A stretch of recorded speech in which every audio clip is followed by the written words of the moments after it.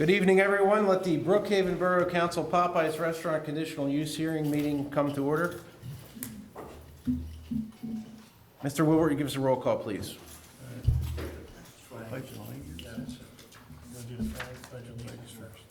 Let's rise for the pledge. Sure did. I pledge allegiance to the flag of the United States of America and to the republic for which it stands, one nation, under God, indivisible, with liberty and justice for all.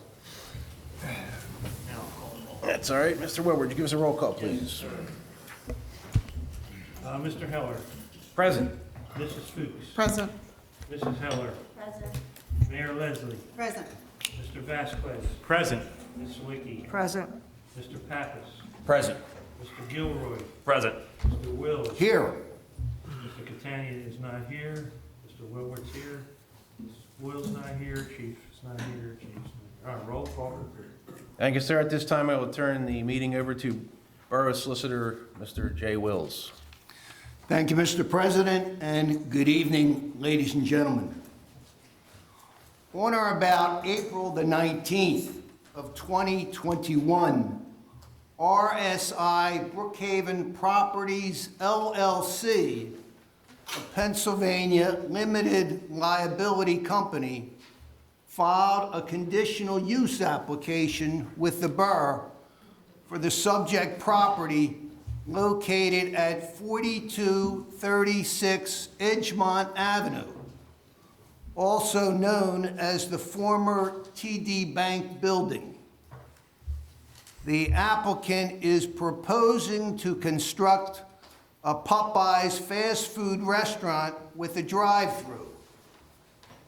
The subject property is located in the borough's C1 commercial zoning district.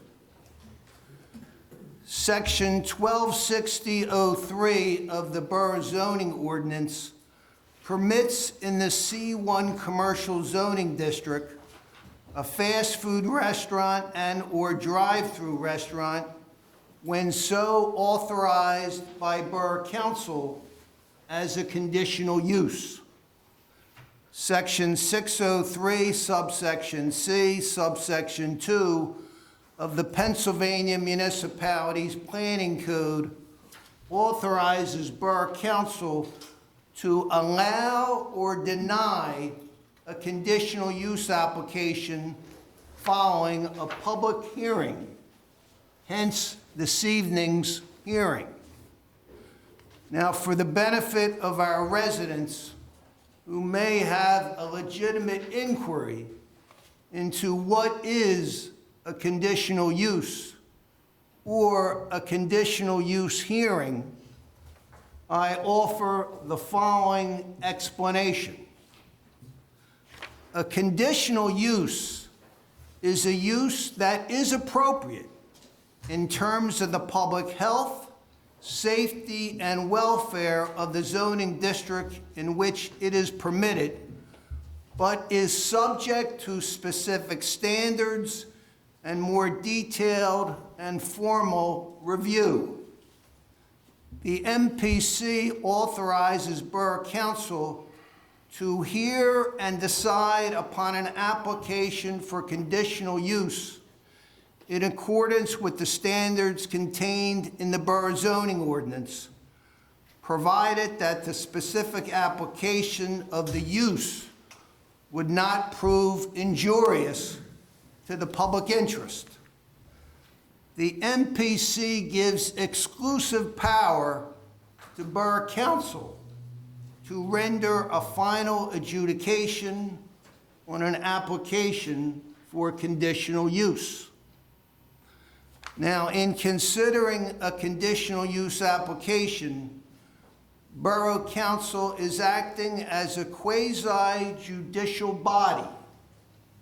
This proceeding is similar to a court hearing, whereby testimonial evidence is provided to the Borough Council under sworn oath or affirmation.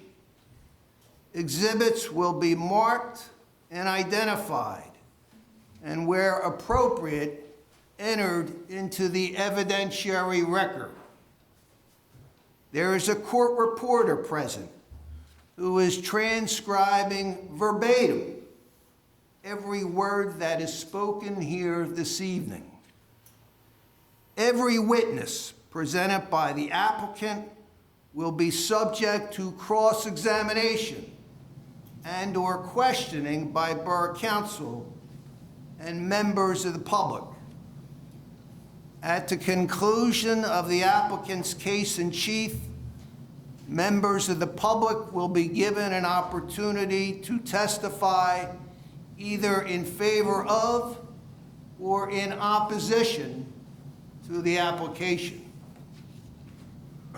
Once everyone has been given an opportunity to speak, to freely participate in these proceedings by voicing their opinion concerning the application, and the evidentiary record has been closed, Borough Council is permitted, but is not required, to enter into executive session to deliberate upon the application. The Borough Council must re-enter open session to consider a motion for proposed action on the application and to vote on the motion. The result is a verbal decision. A written decision must be entered within 45 days of this hearing. Now, the Pennsylvania Municipalities Planning Code permits the attachment of reasonable conditions and safeguards with the grant of a conditional use. Borough Council's power to impose conditions must be reasonably related to a valid public interest established in the record of the application. Rather than denying a conditional use application because of some adverse effect, it is preferable to ameliorate or reduce that harmful impact to an acceptable level by imposing conditions. Mr. President, I have pre-marked several exhibits at this time. I would ask that they be marked and entered into evidence. And they are as follows. B1 is a copy of the conditional use application for fast food restaurant with drive-through for a Popeyes restaurant submitted by RSI Brookhaven Properties, LLC. B2 is a copy of a redacted and truncated purchase and sale agreement dated December 11th, 2020 between TD Bank, the seller, and RSI Brookhaven Properties, LLC, buyer, for the property situate at 4236 Edgemont Avenue. This document effectively gives the applicant standing to file and appear before this council for the conditional use application. B3 is a copy of the proof of publication of legal notice from the Delaware County Daily Times, indicating that this evening's meeting and hearing was properly advertised in compliance with the Pennsylvania Municipalities Planning Code. B4 is a copy of the written notice of this evening's meeting and hearing that was conspicuously posted on the subject property by Borough Zoning Officer William Gavin on May 18th, 2021, in compliance with the Pennsylvania Municipalities Planning Code. B5 is a copy of the written correspondence from the Borough Planning Commission Chairman Ronald C. Kerins, Jr. to Council President Terry Heller, dated May 19th, 2021, advising that the Planning Commission voted in the affirmative to recommend approval of the proposed use at its May 18th, 2021 meeting. B6, I've marked collectively are copies of written notice forwarded to all abutting property owners of the subject parcel, sent via certified mail, return receipt requested by the applicant, notifying them of this evening's meeting and hearing in compliance with section 1273.02, subsection D of the Borough zoning ordinance. I have marked those again through B1 through B6 collectively, and if I would provide those to our learned court reporter.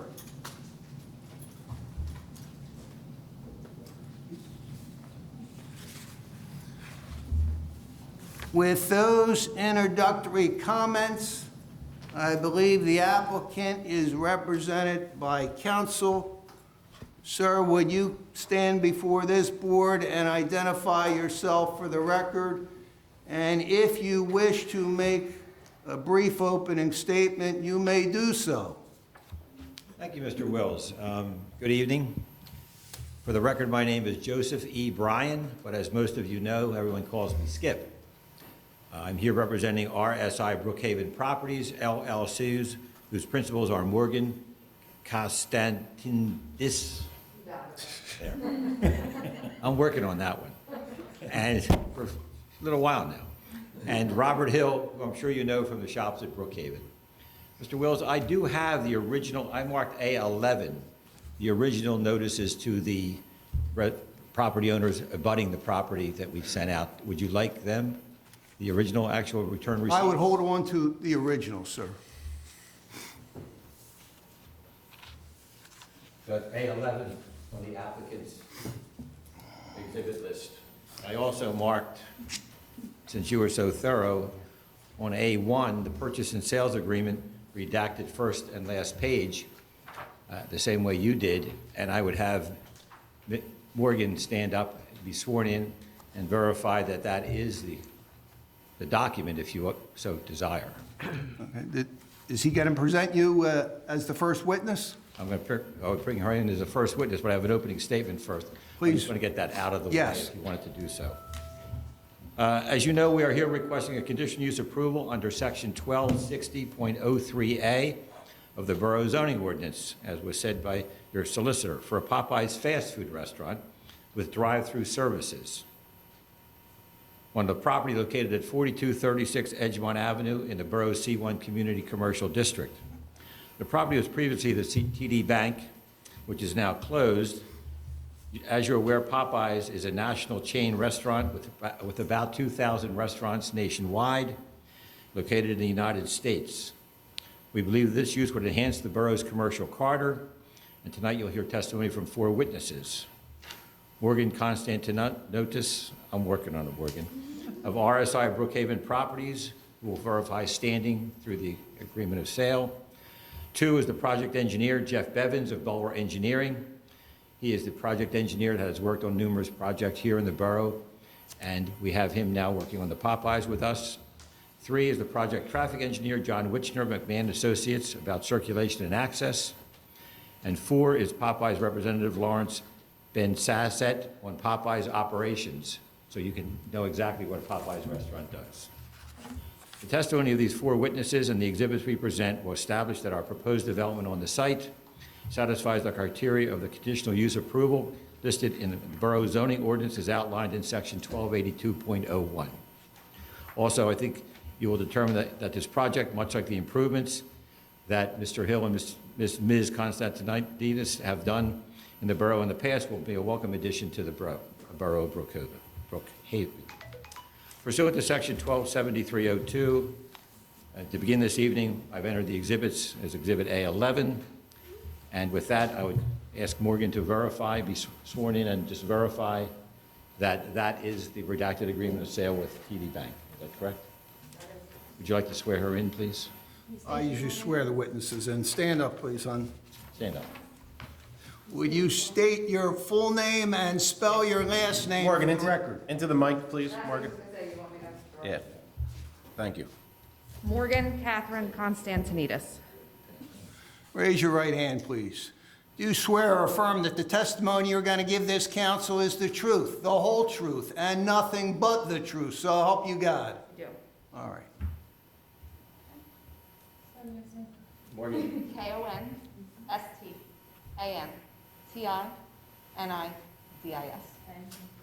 No problem. Two quick questions. You are a principal with regard to the corporation that's working on this development, is that correct? Correct, I'm a member of RSI Booking Properties. And you heard Mr. Wills state that he sent out notices on your behalf to the surrounding abutting property owners, is that correct? That is correct. And you can verify that those notices were sent out? Correct.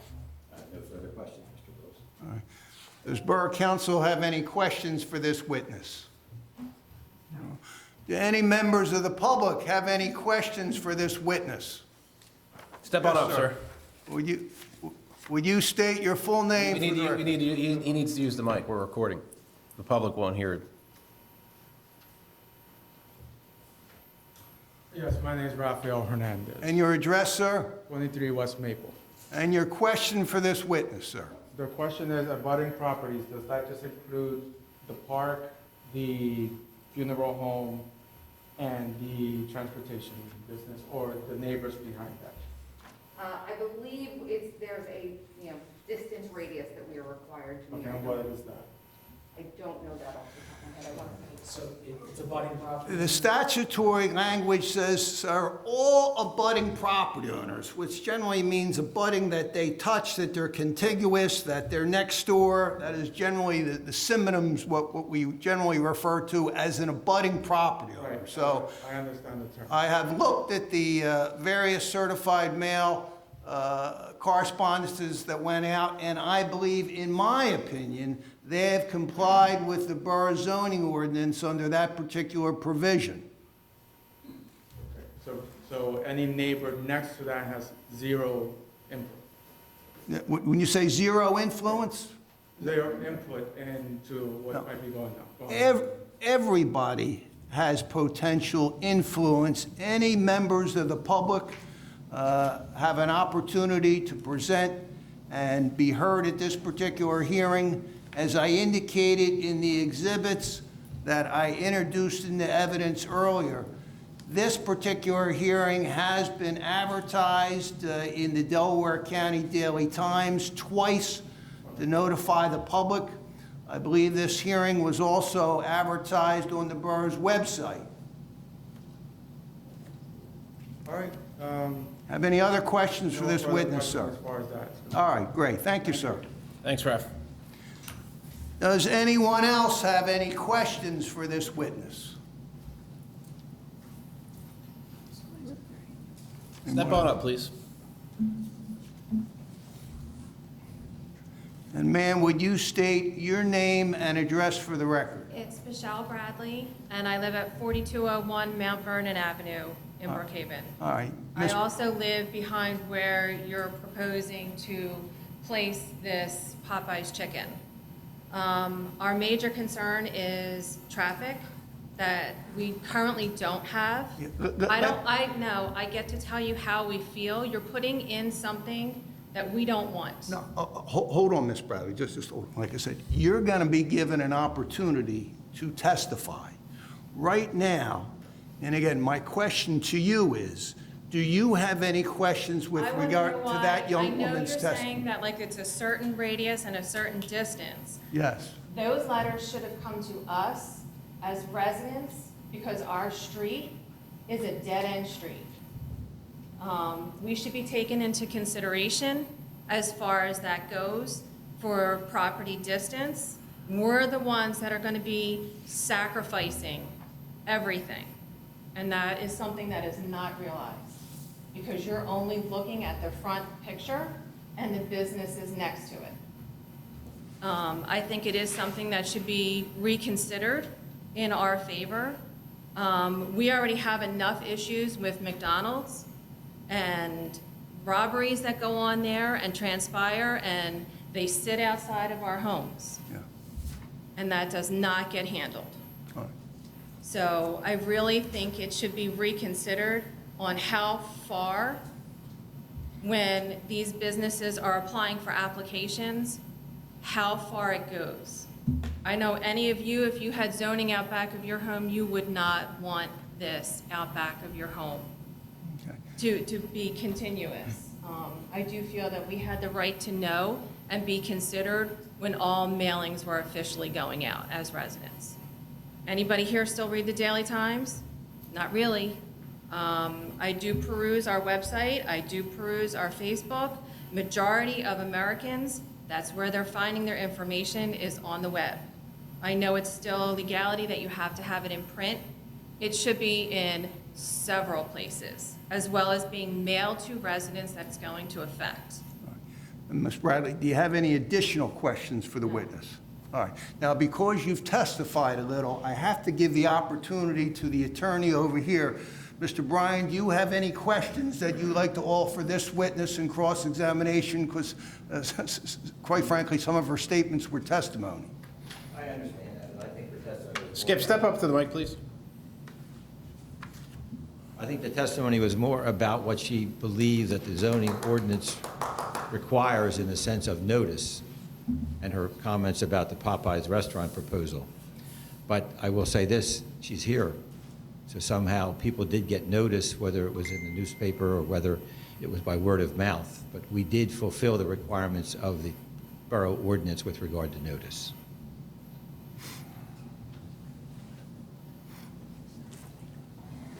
Your next witness, sir? Any other questions from anyone? No.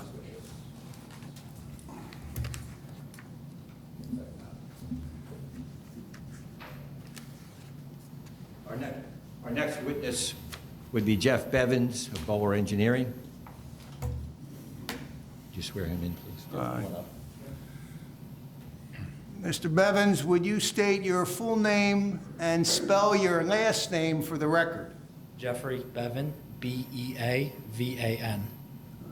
Raise your right hand, sir. Mr. Bevan, do you swear that the testimony you're going to present to this council is the truth, the whole truth, and nothing but the truth? So help you God. Yes, I do. All right. Let's share our microphone since there's people in the back. Could you state your name and address for the record, please? Jeffrey Bevan with Bowler Engineering, 74 West Broad Street, Suite 500, Bethlehem, Pennsylvania, 18018. And are you a licensed professional engineer in the Commonwealth of Pennsylvania? Yes, I am. And your company affiliation is? Bowler Engineering. Could you bring up Tyler A2, please? And the Borough Council is holding your work as A2. Could you identify A2, please? Probably not. Yes, this is my CV. Could you bring up the site plan?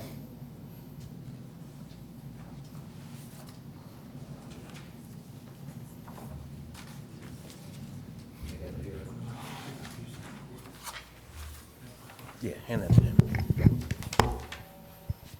I'm going to show you what has been pre-marked A3. Could you just do that, please? This is the site plan for the proposed Popeyes restaurant. Thank you. I would bring forth Mr. Bevan as an expert in civil engineering. He's done various projects. I believe he helped with in Brookhaven with the shops in Brookhaven with Mr. Hill and I through Bowler Engineering. So I would offer him as an expert in civil engineering. They're asking that this witness be qualified as an expert in engineering. Does council have any questions specifically with regard to this gentleman's credentials? No. Aye. Very well, Mr. Bryan, we'll accept this witness as an expert in engineering. Now, Mr. Bevins, you have visited the site, have you not? Yes, I have. Are you familiar with the surrounding area? Yes, I am. Could you identify for Borough Council what you deemed when you visited the site in the surrounding area? Absolutely. The site is located along Edgemont Avenue, which is at the top of the plan here. On the other side of Edgemont Avenue is a restaurant, a diner, and other commercial businesses. There is a borough park that is on the right side of the plan and wraps around to the bottom of the plan. And then on the left side of the plan is a vehicle rental and repair business. And it's located along a commercial corridor in the borough. What is the commercial use of the site now? It is currently a closed TD bank. So it's basically shuttered at this point in time. Correct. And how about the acreage? What is the acreage? on the site? The site is 0.679 acres. Tyler, can you put up A3, please?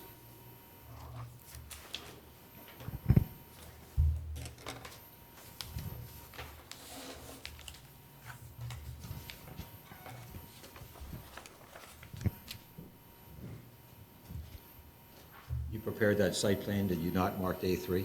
Yes, I did. Please explain for the board the overall layout of the site. Sure. So we are proposing a 2,267 square foot Popeyes restaurant in the center of the property, approximately located where the existing bank building is today. We're maintaining the existing access points, a full access driveway out to Edgemont Avenue on the left side of the site, and an egress-only driveway on the right-hand side of the property. The site has been designed with one-way circulation in a counterclockwise fashion, with vehicles entering at the driveway on the left, navigating around the site. The drive-through lane and stacking is located on the bottom of the building and wraps around to the drive-through window at the top side of the building here. The order point is located at the back, and we are proposing to maintain the majority of the curb lines around the perimeter of the property and maintain the majority of the landscaping around the perimeter of the property. We have 22 parking spaces proposed, including ADA parking at the bottom left corner here. So except for the extent of the relief that is requested of the zoning hearing board, does the plan as designed and engineered by you meet the borough zoning code I believe that it does, yes. in all aspects? Yes, And if the zoning hearing board grants approval, then the plan would comply completely with the requirements of the ordinance. that's correct.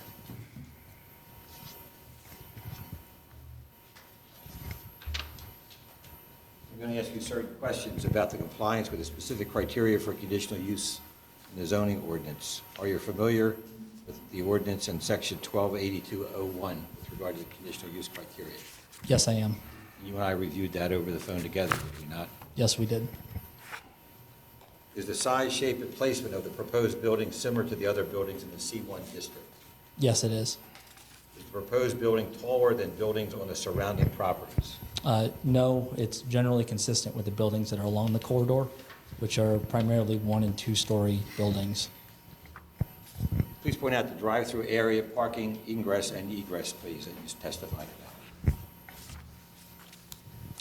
As I mentioned, ingress and egress is provided by this full access driveway on the left, egress driveway on the right, and then parking is located around the perimeter of the building, with the majority of the parking located on the side and the rear of the property. There are 4 angled parking spaces out along Edgemont Avenue, similar to where the TD Bank has parking today.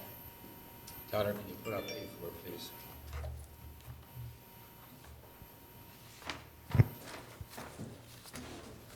Please identify A4. A4 is a lighting plan that was prepared by Bowler Engineering.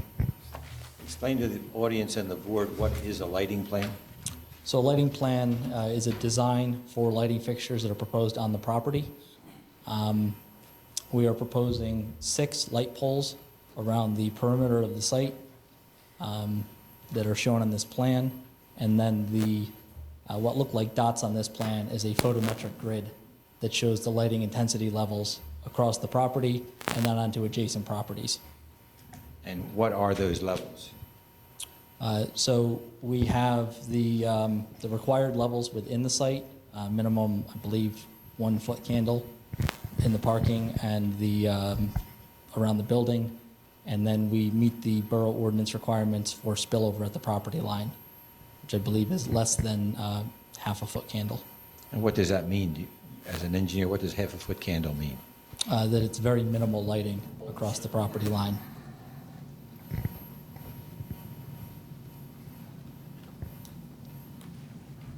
Tyler, can you put up A5, please?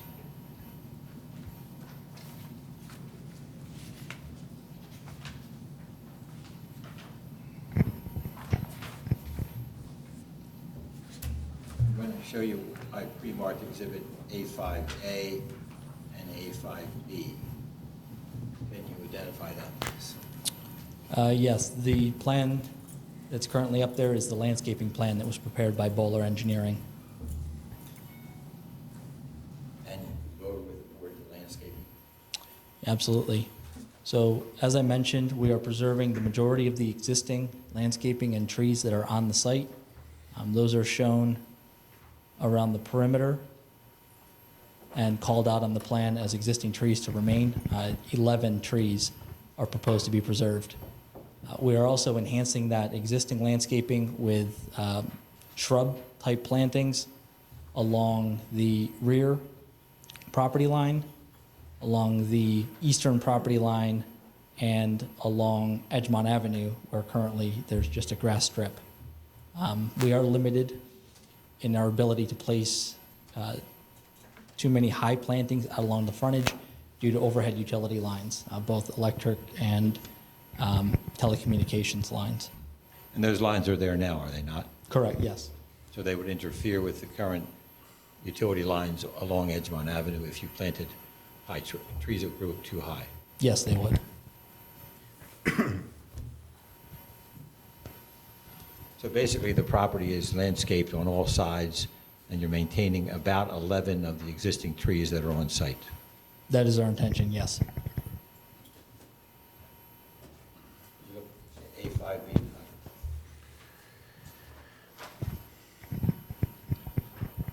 And just identify for purposes of the hearing, what is A5B? A5B is a site rendering plan that was prepared by Bowler Engineering.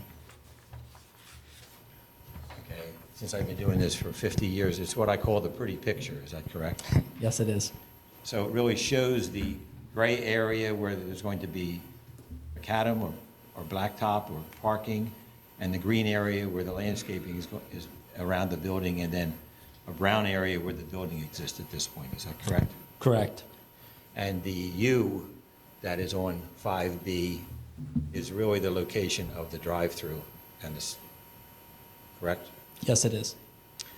So that really is an aerial vision of the site when you look down on it. Is that fair to say? Yes.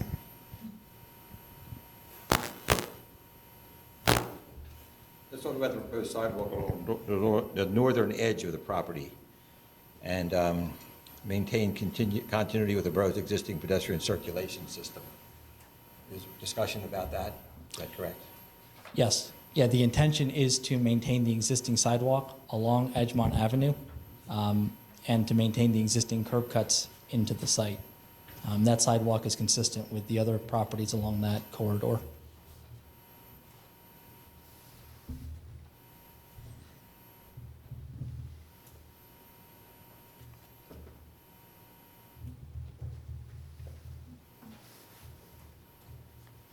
In your opinion, as a civil engineer who prepared the site plan, does the Popeyes as designed and if built on the site cause any issues as to traffic, customer service, parking, danger to pedestrians, or overall issues, No, I don't believe that it does. either with pedestrians or automobiles? That's correct. In your opinion, is the proposed use consistent with orderly development in the C1 commercial district? Yes, it is.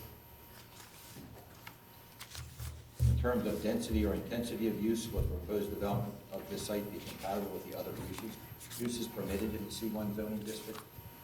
Yes, it will. In your opinion, as a civil engineer who designed the site, Is 22 parking spaces as shown on the plan reasonable for a fast food restaurant of this type? Yes, I believe that it is, and it's on the lower end of parking that we typically see for fast food restaurants. Lower end, you mean less than normal? Correct. In configuring the site, has the applicant located parking spaces so that they are minimally visible from Edgemont Avenue? Yes, to the extent feasible. So basically, just how many parking spaces are along Edgemont? So of the 22 parking spaces, 4 are located along Edgemont Avenue, and the rest are located on the side and rear of the site. Let's talk about the stormwater system. Do you believe the stormwater system as designed, and I understand that Borough Council hasn't seen that, or the Borough Engineer hasn't seen it yet during the process, and you have designed it in accord with their code as well as state statutes. Is it designed adequate for stormwater retention and control on the site? Yes, we believe that it is. And we have submitted the land development application and will be proceeding if the conditional use to go through land development, and the Borough Engineer will review it at that time. That's correct. Will the applicant's proposal materially disrupt the existing topography on the site at all? No, our intention is to use as many of the existing features, including maintaining the, some of the existing pavement and curb lines to the extent practical. So we're not digging the site out or increasing the height of the site in any way? No, we are not. How about surface water or groundwater resources in the borough? Does the proposal disrupt any of that? No, it does not. The site is previously developed. There's a good amount of existing impervious on the property, and the proposal here is actually a reduction in impervious coverage on the site. Now, in a fast food restaurant, everyone talks about trash. Where is the trash enclosure on this particular project? So we have a trash enclosure located at the bottom right corner of the plan that's proposed to be enclosed and have gates on it. In your experience of designing fast food restaurants, is the location and size a reasonable location for a fast food restaurant of this type? Yes, it is. Are you aware of any potential adverse environmental impacts that are particular to the applicant's proposed use of the property as a fast food restaurant? No, I am not. Are you familiar with the borough's comprehensive plan? Yes, I am. Have you reviewed it? I have. Do you think this proposal is consistent with the borough's comprehensive plan? I believe that it is, in that it calls out Edgemont Avenue as a commercial corridor, and the proposed use here is commercial in nature. How about public resources like water, sewer, police, fire protection, or schools? Does this proposal represent any unusual or unexpected burden upon them? I don't believe so, no. Are you familiar with the Delaware County Subdivision Land Development Ordinance? Yes, I am. Does it meet those requirements, this application? Yes, believe that it does. Are you aware of any reason why the applicant would not be able to develop the property in accordance with the county's subdivision and land development ordinance? No. The plan has been sent to the county planning commission, is that correct? Skip, raise That's your mic, correct. please. Sorry. And the plan has been sent to the county planning commission, correct? Yes, it has. You have anything further to add to your testimony as a civil engineer? Not at this time. Have each of the opinions that you've expressed here tonight been made to a reasonable degree of professional certainty in the field of civil engineering? Yes, they have. Thank you. I have no further questions at this time. Now, Mr. Beaven, just so we're all clear, the plan you presented to Borough Council for compliance with the Borough zoning ordinance would require no less than 10 variances from that ordinance. Isn't that correct? That is correct, with the majority of them being either existing nonconformities based on the prior development or signage related. Sir, and you're familiar with the borough ordinance that some of the standards and criteria that this borough council has to weigh in the balance is whether this plan complies, again, with the ordinances, the codes, regulations, and the zoning ordinance of the borough. You're familiar with that section, are you not? Yes, I am. And it's your sworn testimony before this council, despite the fact that no less than 10 variances will be required to comply with the borough zoning code, you believe that this applicant has met the standards and criteria for approval? Is that correct? Mr. Will, I'll object to that question for one simple reason. I think his testimony was that if the zoning hearing board granted the relief as requested, then he believes that it meets the borough zoning code. We are not here suggesting to you that we're not going before the zoning hearing board. This occurred in a cart and a horse situation. Conditional use hearing was scheduled before the zoning hearing. So we are going to the zoning hearing board, as you know, and that is a scheduled hearing. Right. So I think his testimony wasn't, we meet all criteria. It wasn't, we meet the criteria except for, and then his answer to the next question was, if the zoning hearing board grants our relief, would we then meet all the criteria? And his answer was yes. I'll note your objection for the record, sir, but Counselor, your objection is overruled. Sir, can you answer that question, please, to the best of your recollection? What was the question again? And again, despite the fact that there are no less than 10 variances are required for compliance with the borough zoning ordinance, you believe that the standards and criteria are being met in the particular zoning ordinance, particularly section 1273?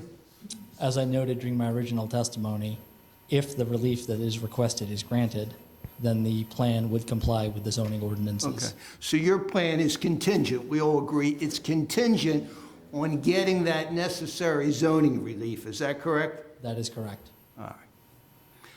Do members of Borough Council have any questions for this witness? I do. So I have a few questions. So in A3, if you can go back to A3, just I'm testing for my understanding, is that you're showing that the actual, I guess, the way that the entrance and exit is currently set up, where you have one in, one out, that is remaining the same. So you're coming in, you're going around, and then you're exiting out. Is that correct? So the way the access is set up matches the existing bank today, which has a full movement access, ingress and egress on the left, and the driveway on the right is out only. Okay. We don't think that that would be a traffic issue? If we're going in and out, my understanding was that it was going to come in and go out, so it's accessing right in and out, and that we weren't going to have any left-hand turns onto Edgemont? So I am going to defer that question to the traffic engineer. Okay. Then another question that I have in reference to it is the landscaping. You had talked about there was shrubbery that was going to be actually on Edgemont. Yes. Is there a certain amount of height so that cars that are exiting is not going to be blocked, like views, so that, you know, from a pedestrian perspective, from a traffic perspective, that the height of those shrubs will not be, I know we talked about the trees not touching the wires, but we also have, you know, people that have different sized vehicles, and depending on where they are, is if we have shrubbery that it may block their view. Understood. The shrubs are currently anticipated to be about 2.5 feet in height, but the intention would be to comply with any clear sight distance requirements for those driveways, so that we don't obstruct the vision of drivers entering or exiting.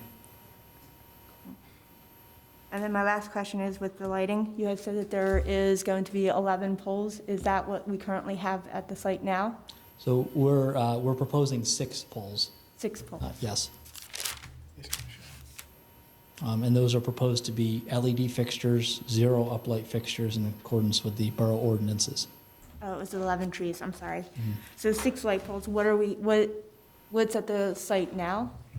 I don't know that offhand.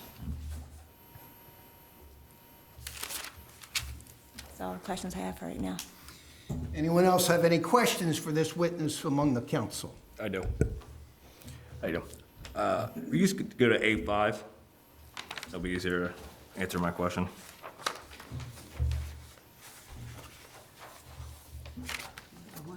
A5B, my apologies, A5B, yes. So I'm speaking about the dumpsters, they're gonna be there. That tan section, What exactly is that tan section?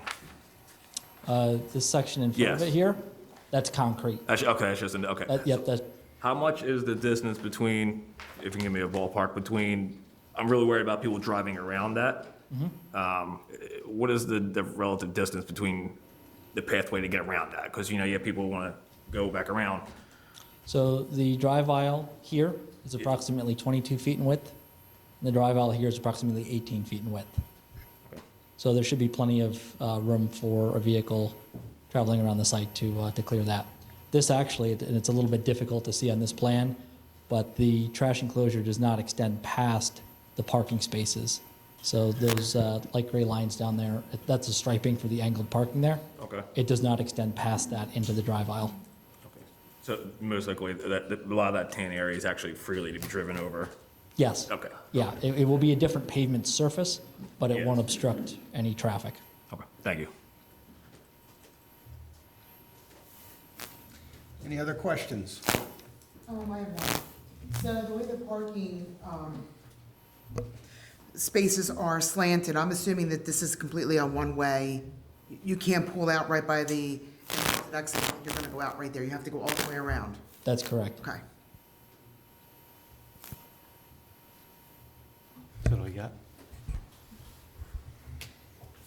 One question for you. Using this same diagram you have up here, the very back facing the resident's house and park and everything, there's a fence line in between those shrubs, correct? Yes, there's an existing wall located along the back of the property here, very Yes. close to the property line. And all these shrubs on the very back half you will be adding, correct? Yes. Thank you. Are we able to completely block the view of this facility from Eaton Park and the road into Eden Park with your buffer zone? Is it L-shaped around the bottom and right side on the diagram? L-shaped in terms of the landscaping? Your buffer zone, yeah. Yes, so we have landscaping proposed along the entire backside here. We have some- What's the width of that, approximately? My concern is the view from the park and the residential side. Yeah, so I believe it ranges from 4 to 6 feet in width. Again, this is an existing curb line and the existing wall Okay. that limits how much landscaping can be placed there. We're proposing shrubs along this portion of the property here. Top side of the wall? Top side of the wall. And we are proposing to preserve existing plantings and then enhance that with additional shrubs on this side of the property. So Okay. the combination of the plantings, the fact that the building is set back about a little over 40 feet plus from that wall, and that the park is set below the wall, I think would have a significant effect on screening that. Okay.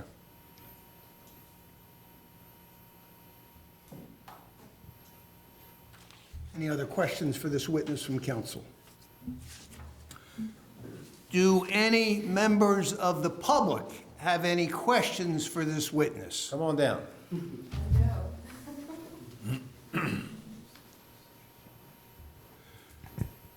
Ma'am, would you state your name and address for the record, please? Sure, my name is Jenny McKee. I'm at 4302 Mount Vernon Avenue. All right, and your question for this witness, Ms. McKee? I'm loud enough, can I just go over there when I ask a question? Yes. So how many footage is between like the subway? Like how many feet are you talking here? Like, subways can be small or they can be pretty wide. So how much feet are you looking between the parking spaces and that wall? I believe it ranges from 4 to 6 feet, but I can confirm that in 1 minute. Okay, but that's not good. So, this is the park coming in. Down here is the parking spaces they use for Eden Park, right? So this trash bin that you're gonna have here, this concrete here, is gonna affect the view from parking. You've got Bateman's Funeral Home, you're pulling into that the parking lot off of East Maple. You got Bateman Funeral Home on your right-hand side. You've got Eaton Park on your left-hand side. And diagonally, you're gonna be staring at this. Am I right? From the rear of the site, Yes. Can you flip this to this corner? Have you actually hold- been to the site? It's just my one. Tell you what, we're going to do one at a time, so we're not going to speak, somebody speak over another person. What we're going to do to speak, everybody has to be obviously identified, everyone has to be acknowledged. So you're going to have an opportunity to speak as well, but right now, we're going to have this young lady here ask her questions. So, because when we pull in, I mean, that is gonna, it's an eyesore. We're gonna be looking at trash. So, So is there a way of putting this in this corner, because it's the back line of all the other little businesses back there, that it's, and you're gonna have all the shrubbery, you could like tuck that thing right in here. And it'll be a nicer view for us. I just want to clarify, you're looking at it viewing it from this area over here? From the park Is side, that- yes. Yes. Okay, so this is proposed to be a masonry trash enclosure. It's not just, But open it's still gonna dumpsters, be a view, it's gonna be a and- blocked view. and we are proposing to put shrubs around it to additionally buffer it. There'll be 3 to 4 feet at planting, and then continue to grow from there.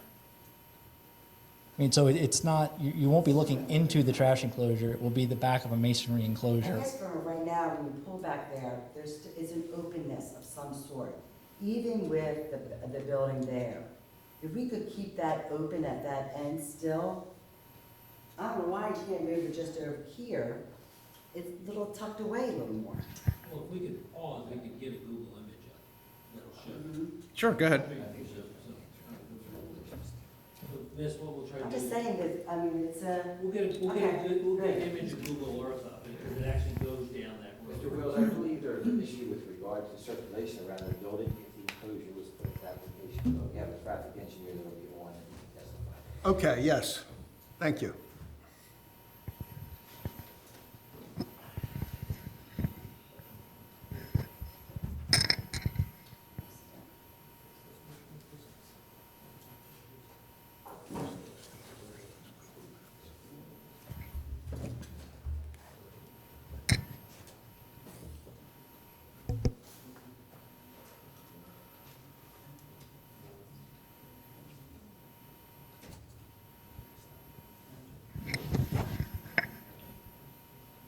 Go forward a little bit, if you don't mind.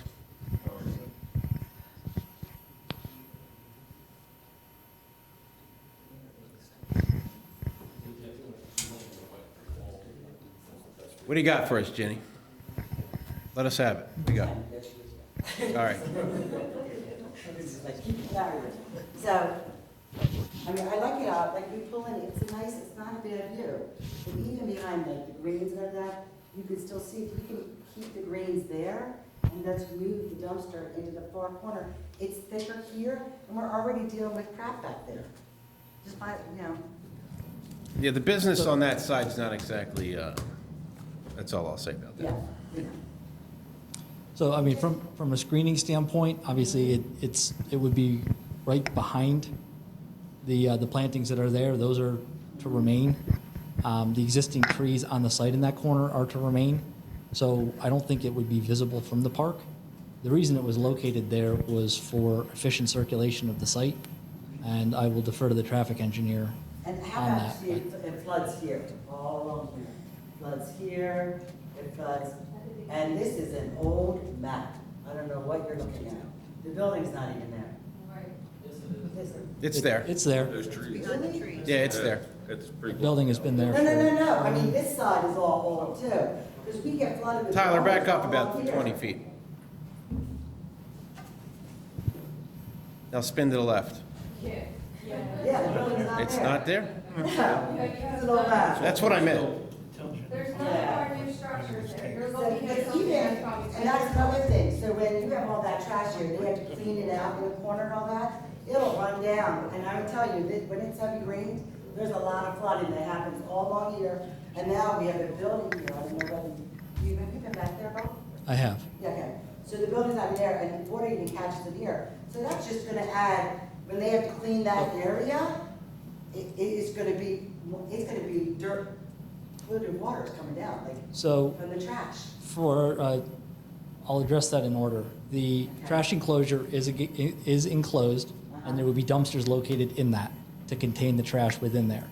Any runoff that leaves the trash enclosure runs out to the system that's going to be on site that would detain the water and drain out to Edgemont Avenue. none of that water would come around and reach the park. Obviously, the site is located several feet higher in elevation than the park back here. And the fact that we're draining water towards the front of the site, not towards the park, we are reducing the amount of runoff leaving the site, and we're reducing the amount of impervious coverage on the site. Wouldn't expect that there would be any adverse impact from a stormwater standpoint or from a trash refuse standpoint on the park itself. Better, you might, this might want to suggest, what is the use of impervious coverage? Could be less building and blacktop on the site developed with the Popeyes than there is now, is that correct? That's correct, and therefore less stormwater runoff that leaves the site. More opportunity for it to be picked up by plants and landscaping.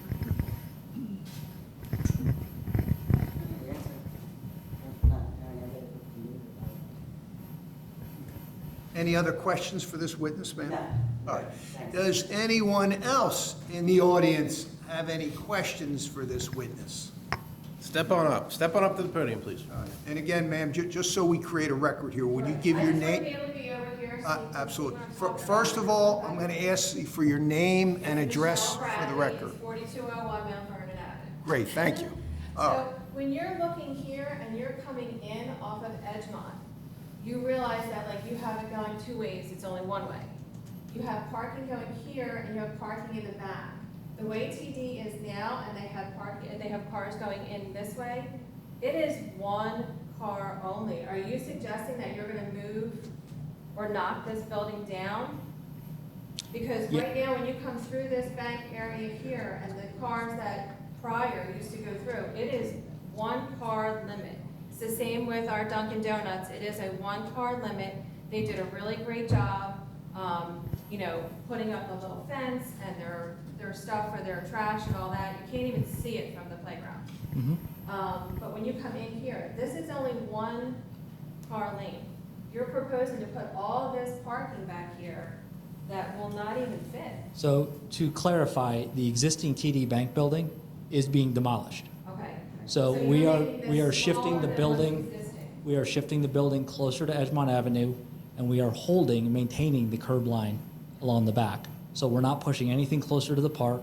We're not impacting that existing wall or the landscaping that's there. We are moving everything closer to Edgemont Avenue. Okay, so then when people come in, they're gonna go this way, they're gonna go this way, and you have it going back this way, how are they getting out? They're just gonna go here to here? So- Are we gonna be able to have like a no left turn like we do at Dunkin' Donuts, which everybody ignores? But are we gonna be able to have like a no left turn so there aren't accidents? So I'm going to defer the traffic questions to the traffic engineer. I'm just really worried again, like Ginny had mentioned too, about the trash being here, why it couldn't be put here, closer to the other building, and just tucked away. It is very beautiful when you're there. The borough has done a terrific job in putting in a building and a gazebo and bocce ball and a bunch of things that they've done for us as a community, because our street that comes in here is dead end. When the bank was here, when they first were proposed with the building, we had a traffic issue. So I'm really concerned about traffic overflow and that people will be parking in our parking lot, so our residents can't even park there. I mean, is that something you'll be able to control? Because that's gonna be another police issue. So I'm going to defer the traffic and the circulation to the traffic engineer. Okay. Does anyone else in the audience have any questions for this witness? Sir, again, would you Step state on up, Ralph. your name and address for the record? Wait for the mic. Yes, the name is Rafael Hernandez, 23 West Maple, right on the street behind the park. I have several questions. You're talking about the existing wall behind the TD Bank, and are you gonna keep that same height, or are you gonna add to it? The other thing with that question is the density of the new plantings back there, and what type? Are they gonna be evergreens or deciduous? And how tall is that gonna be? Because the reason I'm asking for that is the way you have your parking facing, basically it's facing my house, in the rear. Anybody that parks there in the evening, I'm just gonna have, my house is gonna be lit up like the Washington Monument. So how dense, how high, is there gonna be any raising of the ground level within that planter area that's at the rear? The dumpster, as Jenny and Michelle pointed out, I personally agree with that point there as far as where it's located, only because it does act as some barrier between the area where you order and my property, because otherwise I'm gonna hear everybody's order day and night, so will my other neighbors. The appearance from the rear, you said they're gonna be 2 to 3 foot high bushes. That to me is really not acceptable, because we are gonna see a big concrete wall back there. Obviously, there's landscaping that's a lot taller than that, and if we have to wait 15 years for that to actually cover the dumpster, that's kind of ridiculous. I understand the view from the back is somewhat covered right now, but once you do add a big structure there, it's gonna be this monolith there. So how high, and is that something that can be addressed as far as making evergreen so that we don't have to see it, much taller, much denser, and Yeah, if I could interrupt, I think it may be for purposes of clarity, it may be easier if we simply ask him single questions as opposed to a compound question and then ask him to try to answer and respond to compound questions. So let me stop you right there. Mr. Bevan, can you respond to some of the issues and questions that he has already articulated? And then if he has additional questions, we're going to allow him to ask additional questions, just so we have some clarity in the presentation here this evening. Absolutely, and I will try to hit all of them. If I forget one, you can re-ask it. In regards to the landscaping that is proposed, we are proposing a combination of evergreen type of shrubs that will be 3 to 4 feet of planting. We have some holly bushes, we have some viburnum type plantings that are being proposed along the back of the site there. And then again, we have existing trees and existing shrubs that are to remain along the back. The wall that's there will remain. That's going to be the same wall. There's not going to be any change to that. We're not increasing the height. We're not demolishing it. That's going to stay where it is. And then the fact that they're 3 to 4 feet at planting and would be spaced so as to create a screen along that, along those parking spaces to, prevent the headlight glare off the property. Thank you. The next question is about the lighting. Would that be soft white, or would that be that bright white that is just horrific?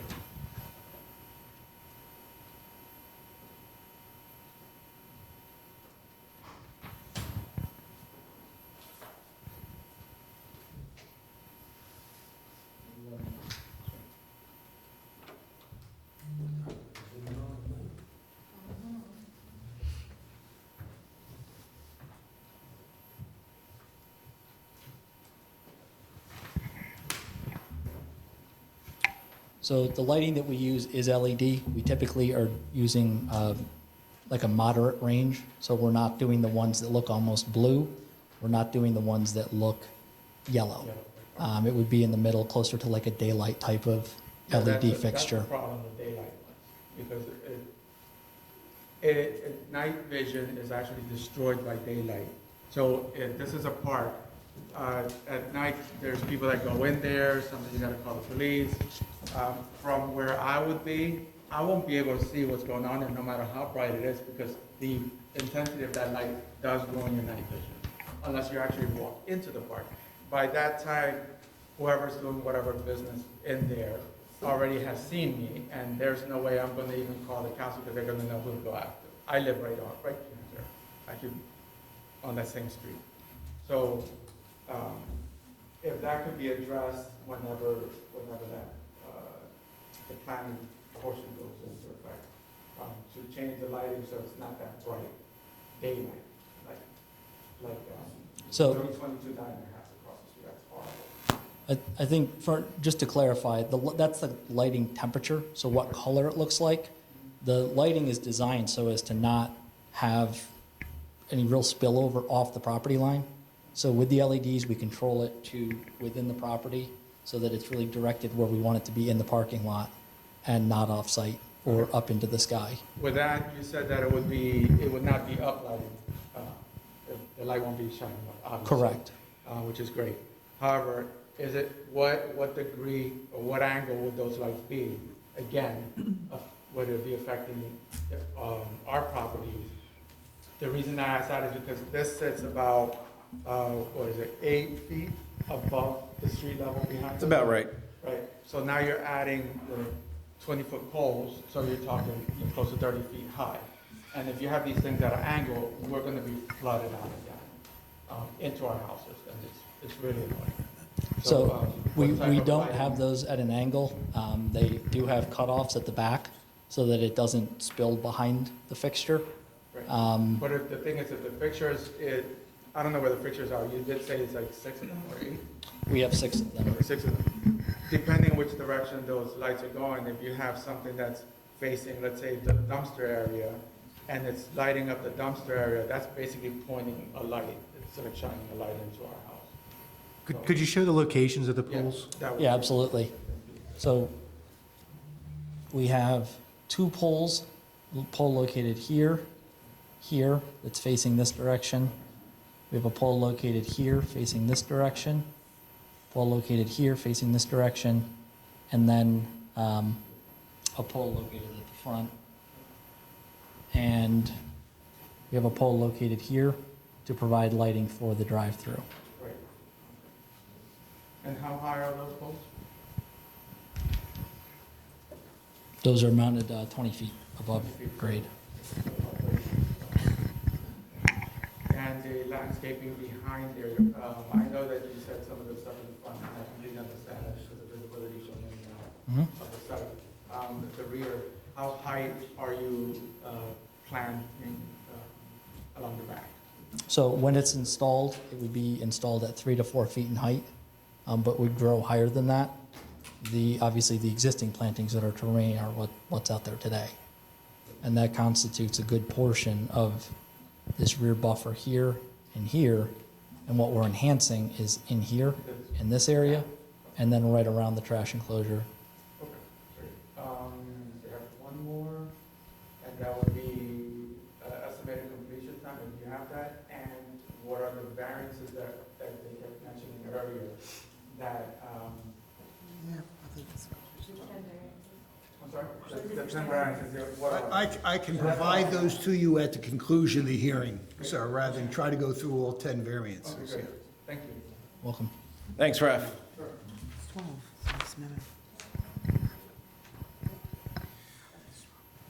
Does anyone else in the audience have any questions? I did have a question. Oh, yes. Regarding the lights, when the business is closed, do the lights go out, or do they stay on for security, all of them? I think that's something that Popeye's representative Up to will them? answer. Okay. Oh, we would prefer them to be out. That's what the point is. Understood.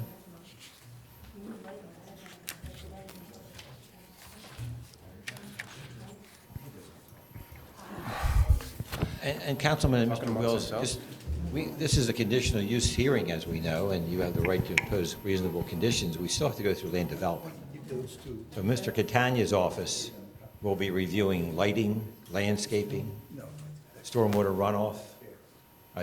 These plans, as designed, as we go through right now, are designed as conditional use plans, not as land development plans.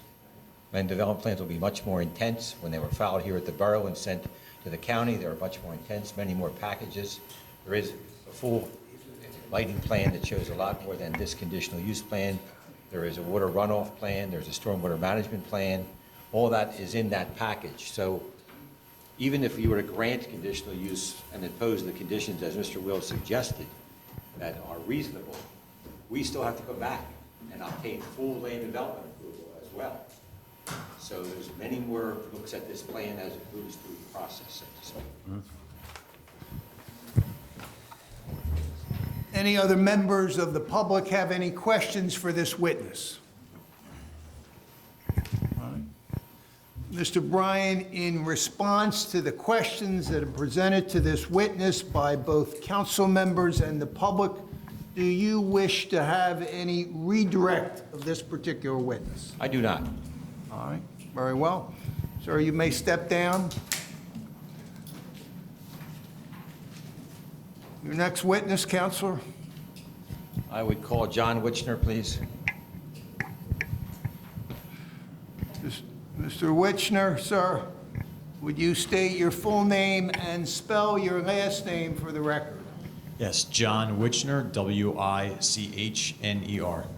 Mr. Witchner, would you raise your right hand? You swear that the testimony you're going to give this council is the truth, the whole truth, and nothing but the truth. So help you God. I do. All right. Your witness, Counselor. Thank you. Mr. Witchner, are you a licensed professional engineer in the Commonwealth of Pennsylvania? Yes, I am. Put up A6, please.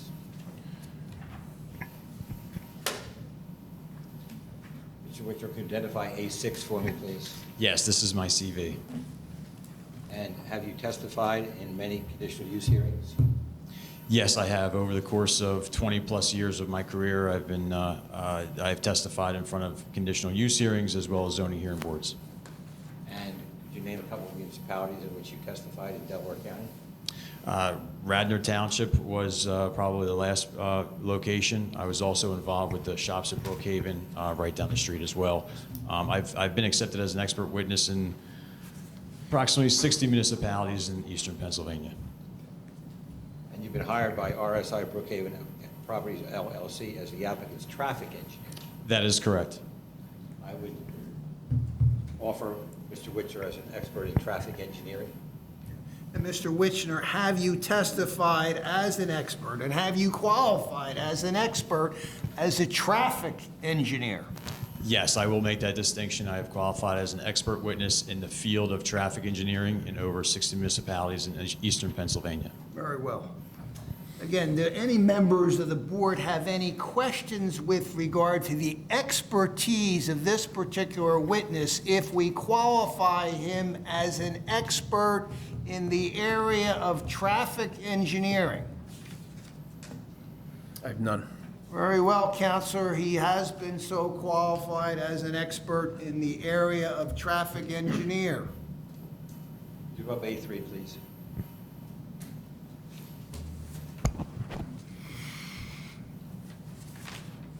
Do you identify A3 for me? Yes, this is the site plan prepared by Bowler Engineering. And have you reviewed this site when it comes to traffic engineering? Yes, I have. Could you explain for the board what you reviewed and what your determinations are? Yes, our office, and specifically me, prepared a traffic evaluation letter for this particular site. I believe that's actually one of the applicant's exhibits. We looked at a number of different items regarding this site. We looked at trip generation as compared to the previous bank. We looked at the drive-through queuing for the drive-through lane facility. We also took a look at the required parking and parking demand for a fast food restaurant. In the existing conditions, the previous TD Bank was classified, the driveways were classified as what PennDOT calls low-volume driveways. PennDOT has several classifications of driveways: minimum use, low volume, medium volume, and high volume driveways. These driveways in existing conditions are classified as low volume driveways. In the proposed conditions with the fast food restaurant, and the actual building size itself is being reduced by approximately 33%. When we run trip generation utilizing square footage as an independent variable, the driveways remain low-volume driveway classifications in PennDOT's eyes. With regards to drive-through queuing, the menu board, the pickup window is, as was testified to previously, fronts on Edgemont Avenue, and the drive-through queue wraps around the right side of the plan to the rear of the property. The available stacking for this drive-through area is 10 vehicles up into the point about midway to the rear of the building. In addition, there are an additional 5 spaces, roughly 5 to 6 spaces on site that the drive-through lane can accommodate without backing up onto Edgemont Avenue. We then took a look at restaurants, similar restaurants and actually heavier usage restaurants, and looked at their drive-through queue demand, and the highest peak and the average peak of those restaurants were 9 vehicles. So therefore, a comparison between the observed queuing of 9 vehicles versus the available stacking of 10 vehicles in the drive-through queue lane provides adequate queuing for the site. In addition, as I mentioned, certainly the goal is to prevent vehicles from backing up onto Edgemont Avenue. So even in a factor of safety, there's an additional 5 spaces on site. Then lastly, we took a look at the Institute, from a parking standpoint, the Institute of Transportation Engineers Parking Generation Manual, 5th edition, determines the amount of parking demand on a square footage basis as the independent variable. This, based upon the evening peak hour and the Saturday peak hours, this site, from a parking perspective, demands 22 spaces, which is actually the same number that's shown on the plan. What that also allows is for flexibility on site with adequate stacking in the drive-through lane and adequate parking from ITE perspective. It gives that customer added flexibility in terms of choices once they enter the site. So from a trip generation perspective, a drive-through queuing perspective, and a parking demand perspective, this site accommodates all 3 of those aspects.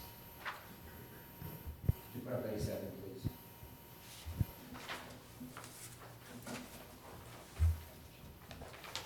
Could you identify A7, please? Yes, this is the traffic evaluation letter, which was the basis of my previous testimony. It was also submitted to the Borough Engineer's Office for review. So basically, everything that you just testified to is in that traffic evaluation. Yes, the 3 aspects from a trip generation, a drive-through queue, and a parking demand perspective. Do you know whether the design and circulation has been reviewed by the borough engineer at this time? It has been, yes. And? If we could put up on the previous, A6. Actually A5 would be the rendering. So as was mentioned before, from an internal circulation standpoint, the site is proposed to operate in a counterclockwise fashion. One of the things that was also discussed, and maybe I kind of want to bring up here as well, adding to the flexibility of the site, adjacent to the drive-through lane, there is what we call a drive-through bypass lane that allows for a customer, be it that 8th, 9th, 10th customer, to make a decision on site should they choose to not be the 8th, 9th, 10th vehicle in that queue. It allows them to circulate the building and utilize other available parking spaces on site. In addition, the drive-through bypass lane gives a little bit of an additional buffer for access to the trash enclosure. What is a little bit maybe misleading and was hit upon a little bit in the previous witness's testimony, the doors for the enclosed trash facility are approximately where my cursor is. And then there is an additional concrete pad that is flush with the adjacent macadam or asphalt next to it. But what that does is it gives an available area for trash pickup in the rear portion of the building on the bottom right side of the plan that isn't really provided on the bottom left side of the plan. All of these items were reviewed by Catania's office. And did you make any changes to the plan based on their review? Well, McMahon Associates did a lot of the studying. The plan modifications, which there were a couple, were performed by Bowler Engineering. There were some pavement markings and some dimensional revisions to the plan and those were discussed with Catania's office. There's some concern about the 22 parking spaces and backing out. You believe that each space has enough room to back out safely, not cause any congestion? Yes, the combination of the angled parking spaces and the width of the drive aisle it was mentioned approximately 18 to 22 feet, certainly in the rear portion of the area. The combination of the angled parking space and the width of the drive aisle does allow for adequate backing out of parking spaces without interrupting the flow of traffic on site, much like any other shopping center or restaurant location. I note that today there can be customer pickup with a lot of, since the pandemic, there seems to be a change of customers going inside and having pickup. Is there sufficient parking for that? in your opinion? Yes, so the parking is available for employees for various shifts, for dine-in customers, as well as customers ordering using a mobile app and entering the site to pick up food. So again, all three of those types of transactions allow for flexibility in addition to the drive-through queue availability. Can I just mention something real quick? What about the employees? We want to make sure the employees do not park at Eaton Park's parking lot and walk up to the restaurant. Because if the parking lot is somewhat full, they may not have a place to park. And we want to make sure that that wouldn't happen. Well, basically one of the people that are here from Popeyes testify as to making sure that they're parking on site, there's sufficient Okay. parking for employees on site, and you'll know the exact amount of employees per shift. Okay, thank you. Last question, is there any concerns that you have with regard to ingress and egress on the site? There seemed to be some concerns that possibly wasn't safe ingress and egress, and on the, what I'll call the east side of the site. It is ingress and egress through there, and that is a two-way access, is it not? Correct. The existing driveways, which are proposed to be maintained, is on the left side of the plan, a full access driveway that does not have any restrictions to turning movements on that particular driveway. The driveway on the right side of the plan is exit only, egress only, leaving the site. One of the things that the previous TD Bank had, that other commercial developments, some commercial developments along the Edgemont Avenue commercial corridor, one of the things we want to avoid is are unintended consequences of restricting turning movements at least one of the driveways. What we want to avoid are illegal turning movements into other commercial properties up and down the Edgemont Avenue corridor. And we also want to allow the opportunity for vehicles exiting the drive-through pickup window to access the driveway on the left side of the plan without being required to circulate the entire perimeter of the site. One more thing, there is adequate site distance for both driveway locations. There's no left turn prohibition? Correct. There is currently no left turn prohibition. All right, well, that's a problem. Every other business along that part of the corridor has left turn prohibition. So that's something that has to be looked at.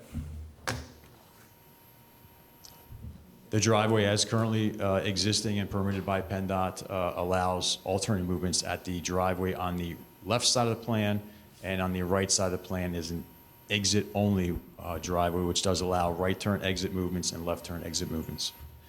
The left turning vehicles can also take advantage of the 5-lane cross section along Edgemont Avenue. There is what we call a two-way center left turn lane, which not only allows vehicles to stack when making ingress movements into commercial properties, but it also allows for what we call a two-stage gap movement. It allows for vehicles to exit a facility into that middle two-way center left turn lane to see a gap coming from the left and then merge into traffic when they see a gap coming from the right as well. Well, I call it attempted suicide, if you ask me. I mean, people are also trying to turn into. That's something that has to be addressed.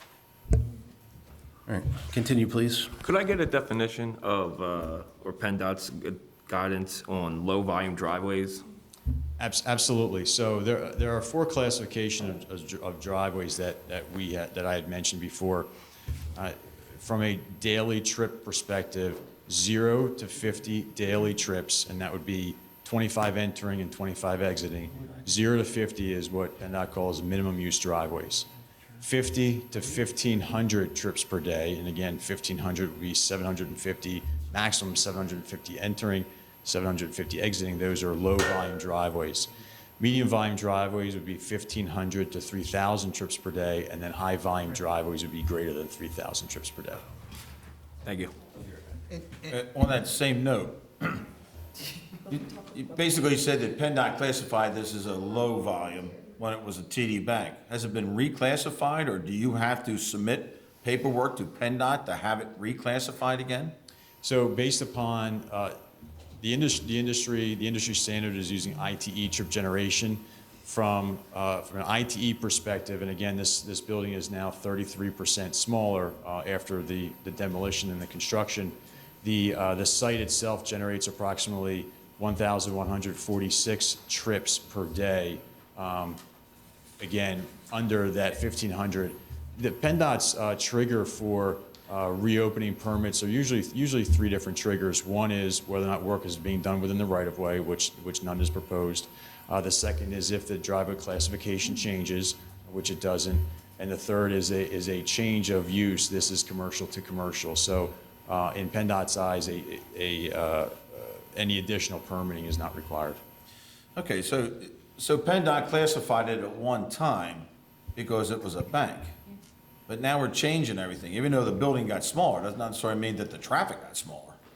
So how does it stay a low volume when you're actually changing the actual use of the building? You're going from a bank to a restaurant, fast food restaurant. So per ITE, the bank generated between 50 and 1,500 trips per day, and per ITE, the fast food restaurant generates between 50 and 1,500 trips per day. And that's a standard formula that's being used, or it's an actual calculation? The Institute of Transportation Engineers publishes their trip generation manual. They're up to the 10th edition at this point. It's the industry standard used by PennDOT and reviewing agencies. The data contained in that manual is based upon thousands of studies at existing facilities, whether they're restaurants, banks, office buildings, residential developments, townhouse developments, apartments, schools, et cetera. And those existing counts all become data and statistical analysis for ITE to then create rates and equations utilizing independent variables. Independent variable here in this case would be square footage for this particular land use, much like in a bank, square footage for that land use code. Okay, I also saw in the booklet here that you made use of, excuse me, you made use of some kind of calculations of other Popeye restaurants in this county and outside of the county. So somebody actually somebody actually sat on the site and actually used some type of measurement device to show how many cars were coming and going. I'm trying to get the accuracy of what we're talking about here, because you tell me there's a formula that's being used by this engineering group. Okay, and then as I look in the folder, am I wrong about saying that there was a calculation done by area Popeyes? Am I reading that right? Somebody help me here.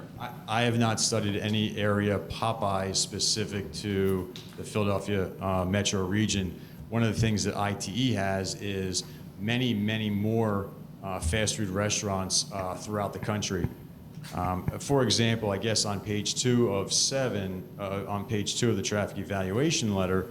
I was actually looking at 4. Why don't we is it easier to go to 4? I'm confused here. Page 4? Page 4 at the bottom, under table 6. Yes. It has this Q observations that you're talking about. And it gives 4 of them here, and whatever the mathematical values of vehicle Q means, I don't know that.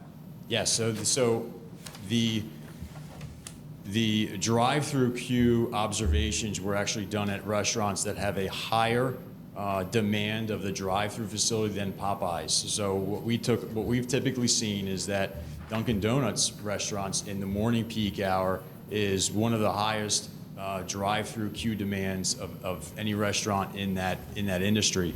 We then took a look at locations in the Philadelphia metro area.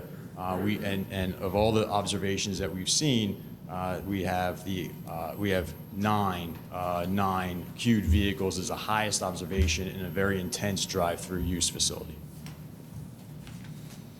Okay. On the artist rendition here, follow me on the actual drive-through, the tan portion that goes through. It gets narrow at the south portion of the diagram here, or the artist rendition. Why is it narrow there? You were talking about a bypass lane that goes around.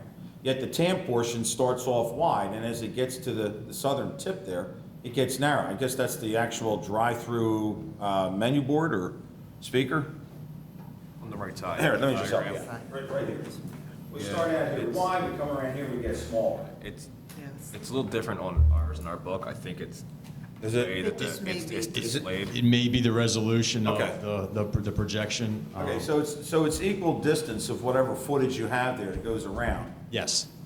And so what is being presented here, it's different than in the book.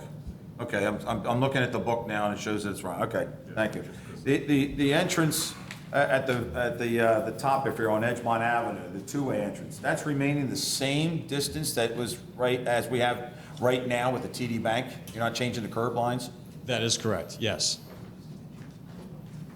So I do have a question to a follow-up to what George was talking about. Service. I'm sorry, with the low volume driveway. So this study that was done was based off of what TD Bank was currently operating, which was a 7A to 7P. Was it looked into consideration? Because obviously I'm assuming Popeyes is going to be open later during the week. So how does that study, that low volume driveway, stay consistent from that 7 PM to 10 PM, 11 PM, however long or late that Popeyes is going to remain open? Sure, so the comparison was done between banks with drive-through lanes from ITE with, at a square footage of approximately 3,600 square feet. The existing size is 3,671 square feet. Compared to ITE trip generation data for the fast food restaurant at 2,433 square feet. The sites studied by ITE have a wide range of hours of operation. We will have a witness to talk about the operations of the Popeyes. One of the things that I actually feel that this is a somewhat conservative estimate is that you'll hear tonight that the hours of operation for the proposed Popeyes are less than what ITE has studied at existing facilities throughout the country. It is our understanding that the facility doesn't open until about 10:30 a.m. And then closes somewhere between 11 and 12 at night. So there are some studies that were observed and identified by ITE that were 24 hours. But this particular site has some limited hours. I have a question for you. So on the northwest corner of this drawing, we have on the board right now that ingress and egress. You're assuming that these drivers coming around the drive-through are going to exit using that. At least that's what the suggestion is, not go back around the building and use the single egress. They have an option to use either drive. Now, during the lunchtime rush hour, I feel like they're going to be forced in that direction, if not blocked, if they try and go around. Has that been thought about at all? I'm not sure what you mean by forced or blocked. So with the ingress being right there, yeah, the lunchtime rush hour, if you compare it to the Dunkin' Donuts in the morning, right down the street, there's backup on Edgemont Avenue. Then you have, that's just an entrance only on one side. And you have the slight parking that's there to go actually inside the building. If you were to try and actually exit out of there from the drive-through, you're pretty much going to be going, that's going to be your only option right there. If that person gives you enough room as they're coming in and getting close to the building to enter your stacking queue. The operation of the driveway, as they enter the site, they come right down the left side Yes, of now, the page, correct. Now assume that your stacking's all the way at that corner right there. So right If you here? were to go a little west and back north. So assume it's right where your dash lines are. Up here? Yes. All the observations that we've seen, we're not seeing drive-through queues all the way up to there. Our studies and the operations discussions with the operator have 10 vehicles is what we're seeing is needed, which ends right about here. If you line up vehicles one by one around this drive-through area, the 10th vehicle ends right about here. Yeah, I'm just thinking during that lunchtime hour, I think it's gonna be greater than that 10 vehicle. Well, I think one of the benefits of the parking, the adequate parking and the existence of a drive-through lane gives that customer flexibility. I know, and again, this is anecdotal, but I know that I choose not to be, well, I choose not to be the 14th or 15th car in line for a drive-through facility. I may choose to enter a spot that, based on our studies, show there are adequate spots. My other comment, more for the operator, is that the operator is running a convenience-minded business. There may be a situation where a restaurant on the south side, or the south side of Edgemont Avenue, call it, or the west side of Edgemont Avenue, may not be as convenient as a restaurant that someone may be traveling on Edgemont Avenue that's on the other side of the road. And that's just reality of the business and the reality of the industry. But again, having that flexibility of either parking or the drive-through lane, or in some cases going to a different establishment, these are all options that potential patrons have. Yeah, just kind of to compare apples to apples. If you look at the Chick-fil-A, they have double the amount of stacking, and that still spills out into the entrance of the shopping center. So that's the only reason why I was bringing that up. But that is the end of my comments. Mr. Wichner, you have testified that the 22 parking spaces are sufficient, in your opinion, right, to handle all the employees, the dine-in customers, and the pick-up-and-go customers. Could you identify what criteria or standards or studies that you base that opinion on? I'm trying to grapple with that in my mind, the 22 spots. Yes, so from a parking perspective, the industry standard is utilizing the Institute of Transportation Engineers Parking Generation Manual. The current edition is the 5th edition, which we utilized. They have parking demand statistics for existing facilities for a various number of land uses. Fast food restaurant with drive-through happens to be one of them. They have dozens of studies from a parking demand perspective. Some of the previous discussions we were having was a trip generation perspective, but ITE's parking generation manual is what we had used from an industry standard perspective. They give highest parking demand rates for Monday through Thursday, for a fast food restaurant, for a Friday, and then also for a Saturday. What we've seen based upon the data on a per 1,000 square foot basis is that on a weekend or Saturday peak hours, when we'll typically see the highest parking demand rate for a fast food facility, and that leads to a parking demand anticipated to be 22 spaces. Any other questions? Go ahead, take a break.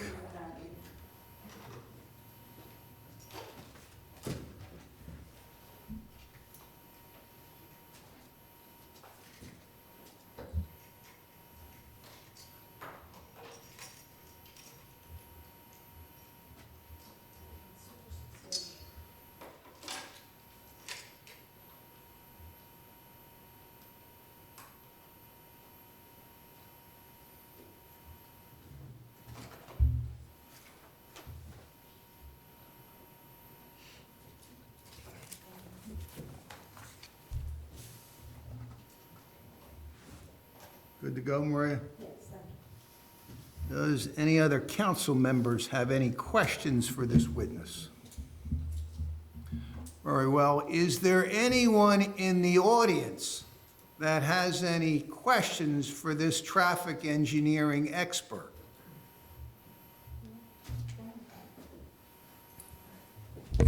We got a microphone over there now for you, Ralph.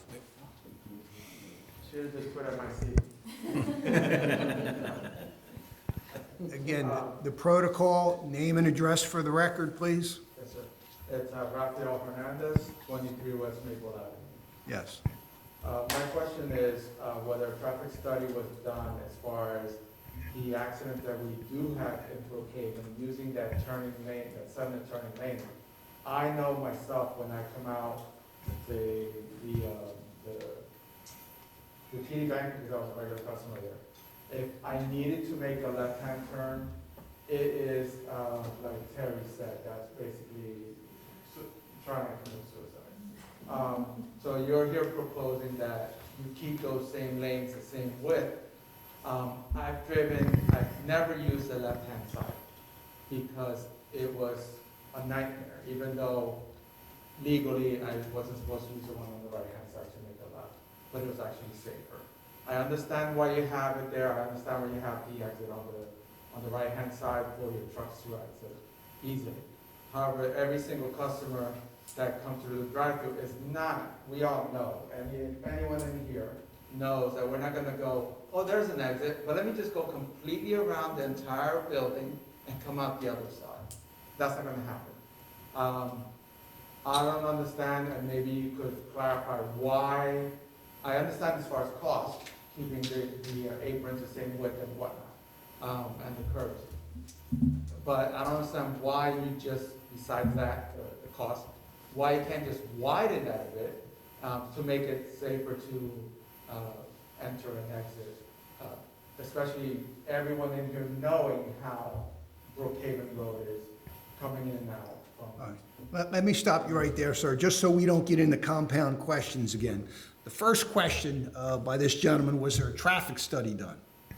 We review, I think the next part of that question was regarding crashes. We as part of our traffic evaluation, we had referenced, we had accessed PennDOT's crash information over the last 5 years, really from Brookhaven all the way up to Coburn Boulevard. In this, what we call mid-block section of Edgemont Avenue, we see crash data from 2016 all the way through 2020. PennDOT's typical threshold for additional safety review is a total of 5 crashes over a 12-month continuous period. In no 12-month continuous period over those last 5 years were there more than 5 crashes in that mid-block section along the site frontage. So it doesn't satisfy PennDOT's criteria for additional study based upon the data that they have published. Okay, now you're saying PennDOT.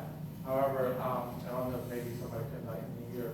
When there's an accident in Brookhaven, does the police department always report to PennDOT that there's an accident? Or is that something that should be, if not, is that something that should be taken into account with that study with PennDOT as far as the council? George, how's that reported? Well, there's classified, well, first off, there is no crash data that's in this pamphlet, right? There's no contact with PennDOT in there. You don't make mention of anything, am I right about that? That is correct. The information that we are allowed to utilize from PennDOT, we have to agree to not publish that for a public record. There's a liability aspect that PennDOT holds us to not publish that information. All right. We are able to utilize it for engineering judgment, engineering analysis, yes. All right, and I think what this resident's referring to, all right, so we clarified that there is nothing from crash data that's inside this pamphlet that you provided us. That is correct, yes. And I think what the resident's talking about here is that there's a classification as a reportable accident and a non-reportable accident. Anything that shows up at PennDOT is a reportable accident. It means there's injuries, car had to be towed. along those. There could be other non-reportable accidents that are never recorded. They're recorded to the police department if the officers respond for the accident, but they're not going to be recorded with PennDOT. I would agree with that definition, PennDOT's definition of a reportable Just so you know accident. that's the difference. So, why is that not used? Because in this case, TD Bank, had a certain growth. We know why they left. They hardly had any customers in there. I was probably their only customer at that point. I was a half of one, to be honest with you, but you're right, it was a very low volume. So, and now here we're gonna increase, obviously, the drive-thru's gonna be busy, you're gonna have indoor dining, you're gonna have people sitting outside having their lunches, or whatever, dinner, right before the bar, after the bar, whatever. So that's definitely gonna increase the volume of traffic. And we can't assume that it's gonna be all right. So I feel that as far as what Brookhaven has witnessed, as far as the police department, that should be considered as to that entrance. I personally am not saying, I don't want this place here. To me, if you're gonna be a good neighbor, hey, excellent. But I'm also concerned for the safety of the residents, and the general public that's coming up and down Edgemont Avenue. This is a Popeyes, there's none anywhere near here. I would love to get Popeyes. I love Popeyes. There's one in Aston. Aston, sorry.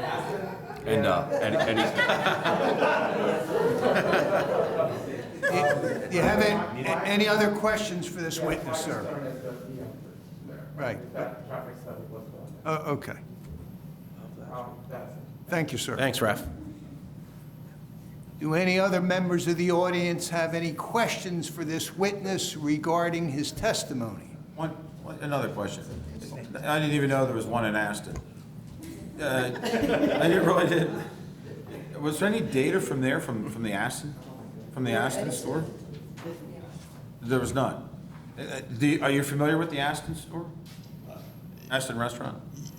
Not as familiar with, not as familiar with that particular site. One of the concerns we typically have in studying sites during COVID is that the operations are a lot different than historical information. I presented you an unfair question. Where I should have said before your answer. That we can't compare this project here to the existing Aston's Popeyes. I don't know what the square footage is over there, the site plan. You have no knowledge of that, am I right? I don't know what the square footage is. It was an unfair question to you, but what I was trying to say is that how they managing the traffic over there, is it a bigger lot? Are they getting more cars on the lot rather than backing out of the street? Is it more manageable with inside, getting off the property? That's what I was looking for.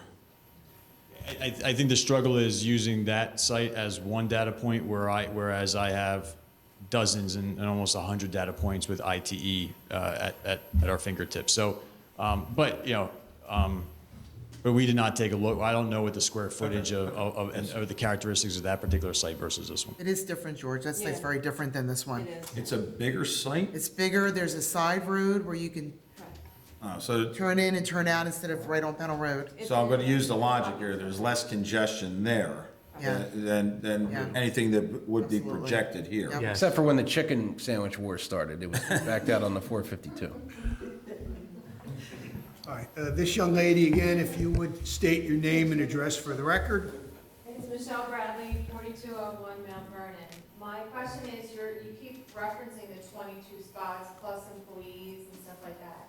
How many employees do you plan, during your shifts, to accommodate for the 22 spots when you have people that come in, they're pulling into a spot, whether they're picking up from, the new COVID things and food being run to their car, people that eat their lunch in their car and they'll be hanging out there at all hours of the day and night.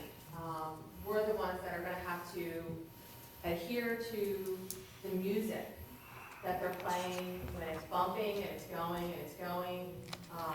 Is there gonna be a limit to how long they're allowed to park in each spot and do what they're gonna do? That for me is like EPA. They got their car running, they got, they're sitting there, they're doing their things. Like, are they gonna be able to utilize trash cans outside?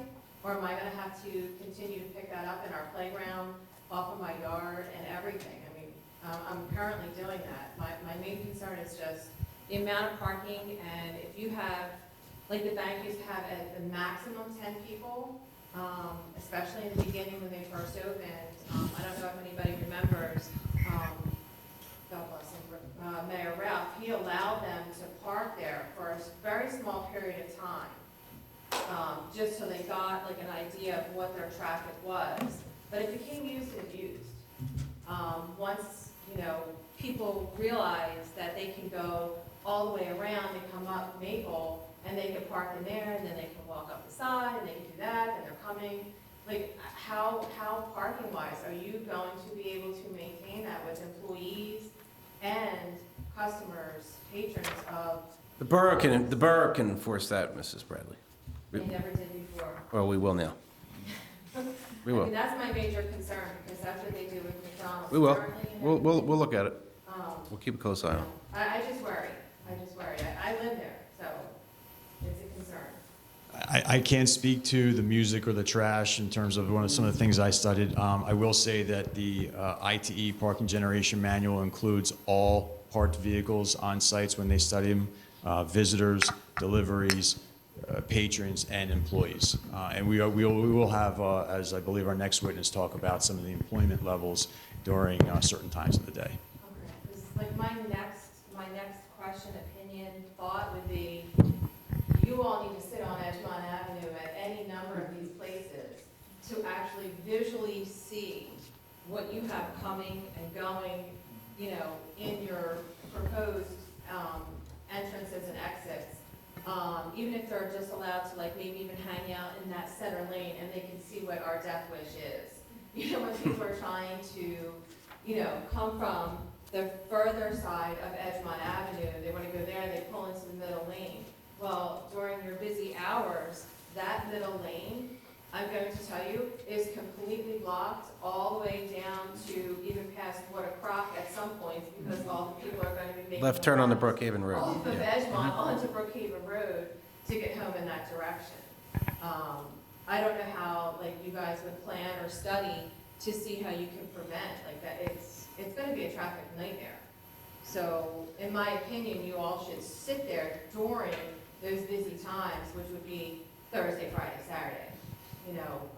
The busier traffic times that are very high risk for our residents. Not just us because we live out back there, but our other residents that, we live here, we shop here, we like to patronize our own businesses. It's gonna be a traffic nightmare, and I don't think that's taken into consideration with all these studies that you're quoting. For me, a true study would be you actually physically sitting in different locations on our Edgemont Avenue to see the traffic nightmare when these things are built and put into place. Mr. Witchner, do you have any response to the traffic concerns as articulated by this young lady? What I can say, I have been at the site during peak hours. I've been up and down this corridor for the last 5 to 7 years since really when I started the shops at Brookhaven. I do understand congestion along Edgemont Avenue. I also understand that fast food restaurants with drive-through lanes are serving convenience-minded customers. They may choose to go to this site. They may choose to go to a different establishment. Does anyone else have any questions for this witness? I do. Yes, sir. Real quick, I have a question here. Grab a mic, Mike. So really just speaking about right here, if that was brought into a more straight angle, would there be another applicant, or would there be need to petition PennDOT to reevaluate the access into that? If what you're describing in terms, Right here, if that just came straight, would there be needed for an application for PennDOT to reevaluate it? I would think no, because it's outside of the PennDOT right away. Okay. Any other questions for this witness? Very well, Mr. Bryan, based on the questions that have been presented to this witness by both the Borough Council and the public, do you have any redirect for this witness? I do not. All right. Sir, you may call your next witness. My next witness is Lawrence Ben Bassett. Sir, would you state your full name and spell your last name for the record? My name is Lawrence Ben Bassett. It's B-E-N-B-A-S-S-E-T-T.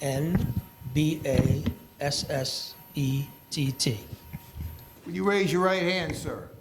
Do you swear that the testimony you're going to give this council is the truth, the whole truth, and nothing but the truth? So help you God. Yes, sir. Very well. Mr. Ben Bassett, could you state your company affiliation, please? I work for PN Restaurants, the franchisee that's proposing to open this restaurant. So basically, you're affiliated with the Popeyes franchisee, is that fair to say? That is correct. And what is your position with Popeyes National Restaurants? Do you have any at I've been with PN Restaurants for about 16 months now. Prior to that, I was with Popeyes Corporate, based in Atlanta. So I've been with Popeyes for about almost 10 years, 11 years now. And your position as Director of Development of Popeyes, what did your position require you to do? What did you do in that position?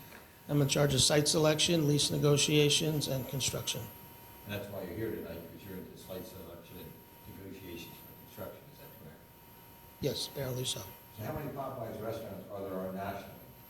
About 2,700, And how many in the Philadelphia region? 35. For those who may be unfamiliar, what type of restaurant is Popeyes? Popeyes is a quick service restaurant, AKA fast food, with drive-through services. And you and I talked about this. What does Popeyes serve? What is their main meal? Popeyes is a Louisiana chain. We started in Louisiana, in New Orleans, 1972. We are best known for our fried chicken, both bone-in and tenders, boneless. We also sell sandwiches, seafood, sides, and all with a Cajun flair, a little spice to it. But basically, Popeye's main menu is bone-in fried chicken. That is what we're known for, bone-in fried chicken. I say that because I always thought Popeyes competed with Chick-fil-A. Popeyes is not Chick-fil-A in a lot of different ways. So is Popeyes Chick-fil-A when it comes to the issues that you see at Chick-fil-A through congestion, drive-throughs, stacking, all the issues that Chick-fil-A's have? Unfortunately, we do not. If we had the business Chick-fil-A does, I wouldn't be here, I'd be in the Bahamas. Chick-fil-A does almost 4 times average volume as a Popeyes. And, we would love to do that business, but we do not. And I noticed that there was some concern about, Chick-fil-A, and again, we're not. Also Dunkin' Donuts, which, I would think I'm not a coffee drinker, but as I see, the congestion is mainly in the morning. Everybody wants a cup of coffee, whether it's Starbucks or Dunkin' Donuts, and you have a compacted time frame on the way to work usually, where people are stopping to get coffee, so it does back up. Our business is all day long, and we do not have a breakfast component.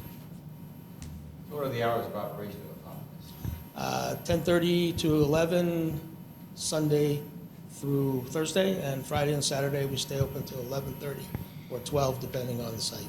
So there is no 24-hour operation at No. Popeyes? And what are your peak times? Typically lunch, maybe 11:30 to 1:30, and 5 to 7, dinner business. How many employees will be at this location? Anticipate to have 30 employees, 20 full-time and 10 part-time. And then in one shift, how many employees?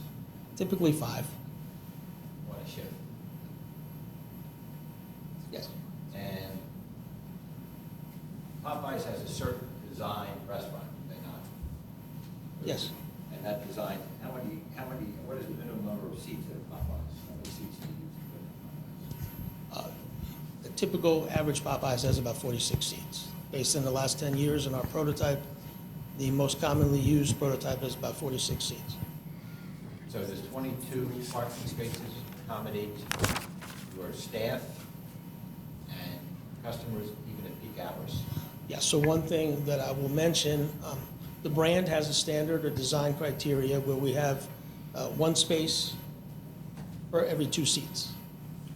So this restaurant will have 42 seats, 21 parking spaces. We have 22, so we meet the brand requirement. One other thing I'd like to mention is our business, as long as I've been with Popeyes, 60% drive-through, 20% takeout, maybe 20% dine-in. We are not a dine-in heavy restaurant. I do not see people parking and being in the parking lot for 30 to 45 minutes. That has only been exacerbated during the pandemic. We're up to maybe 90% now. And most of our dining rooms are still closed. We're only drive-through only. But a lot more mobile ordering, delivery, and drive-through. So I was concerned by the neighbors regarding the amount of parking and whether there was sufficient parking for employees that they park either parking down the street. Could you ensure the people that, and the borough, that you make sure that everybody parks on site and there is sufficient parking, not only for your customers, but also for the employees? Again, we meet the brand standard. I think we have enough parking based on the amount of dine-in traffic we have. Mobile ordering, people come in, they come out, they pick up their food, and they leave. They're not going to be hanging around. The drive-through, as far as employees, we can absolutely make sure they park on our property. As far as customers, there's no way to police where they park or where they come from. We would do our best, but I don't know how I could control that. Now, you talked at drive-through being a major revenue and business for Popeyes, is that correct? 60, well, now it's probably 70 to 80% of our business. You said you're not a Chick-fil-A. Do you believe that the stacking requirements as shown on this plan meet the requirements of a Popeyes drive-through? Again, the brand standard is 5 cars from the menu, from the pickup window to the menu board, and then 4 or 5 cars after that. We have that here. We have at least we have 9 cars in the drive-through lane, plus 1 extra will be 10. And we do have some room to wrap around the front of the building, but again, typically not seen at a Popeyes.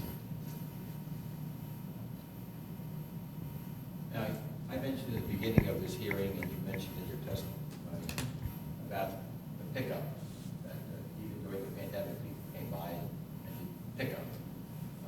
That is a major portion of Popeye's business as well, correct? It's a portion of our business now due to the pandemic. I wouldn't call it a major portion. Okay.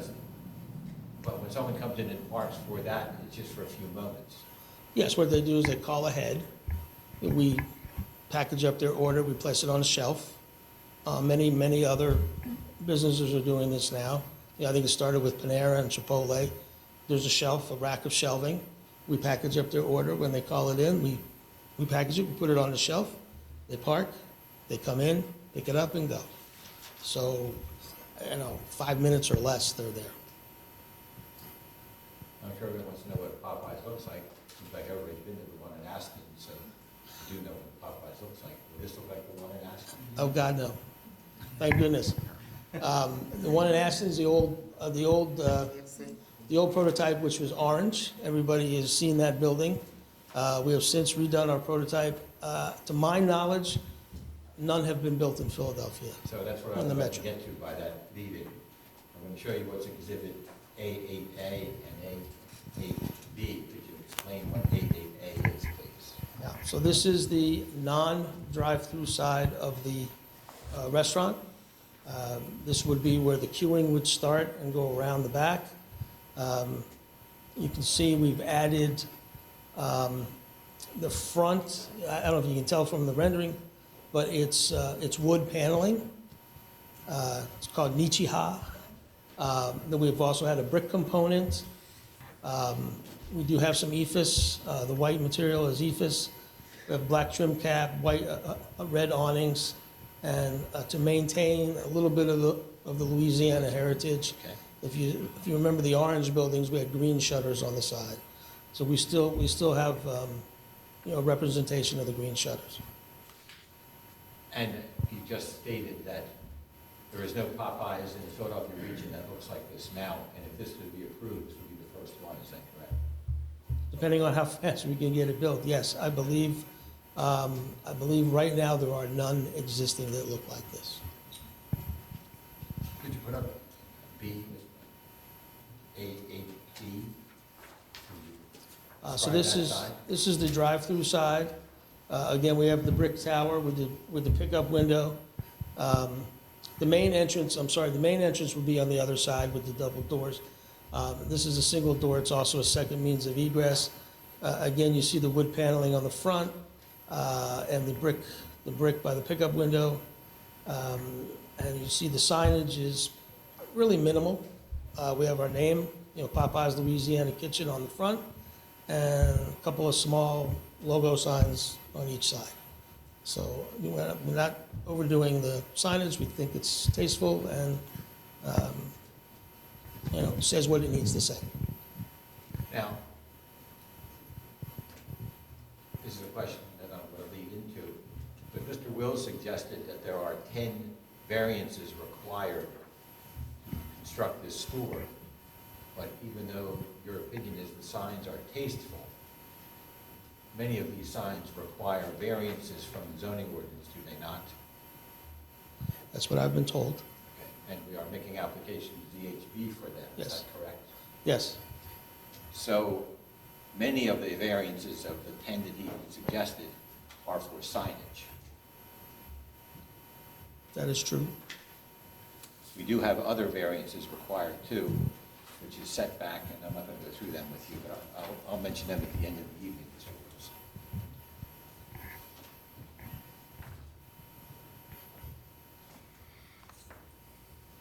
And Popeye requires the signage basically to build a store, do they not? It isn't something that you just thought up. This is the Popeye standard sign package, so to speak. I took out my crayons last night. No, this is the prototype. This is the brand prototype. It is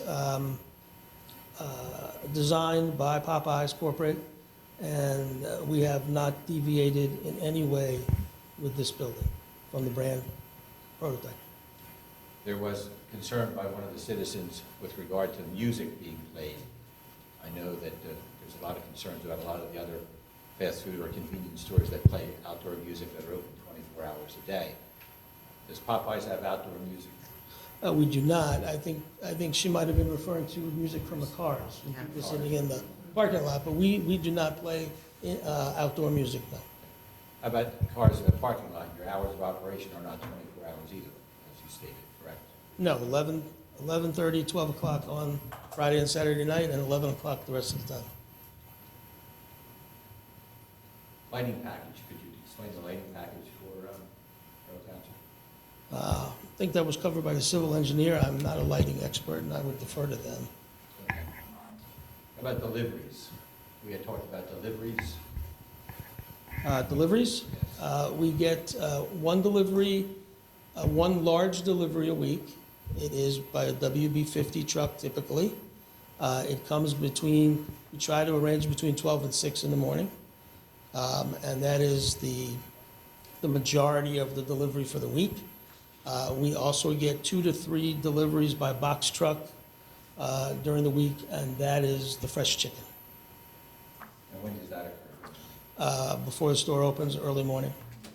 So again, you try to make sure that all deliveries are made off hours when the store is closed, is that correct? That is correct, they all are. And that would be between 10 o'clock at night and 6 o'clock in the morning, or during the week, between 11 6 o'clock in the morning or so on weekends, is that different periods of weekends? Be between 12 a.m. and 10 a.m. in the morning, yes. Trash pickup, can you explain trash pickup and how that is? We have trash picked up 2 to 3 times a week, again, before the store opens, typically early morning hours. Depending on the volume, we can do more or less. One of the conditions criteria is related to unusual noise, dust, fumes, and similar issues. Does Popeyes emanate any of them? Noise, fumes, dust, glare, at all? In my opinion, no, not until you open the door. And it smells like fried chicken. Anything else you'd like to mention, Borough Council, about the operation of the Popeyes?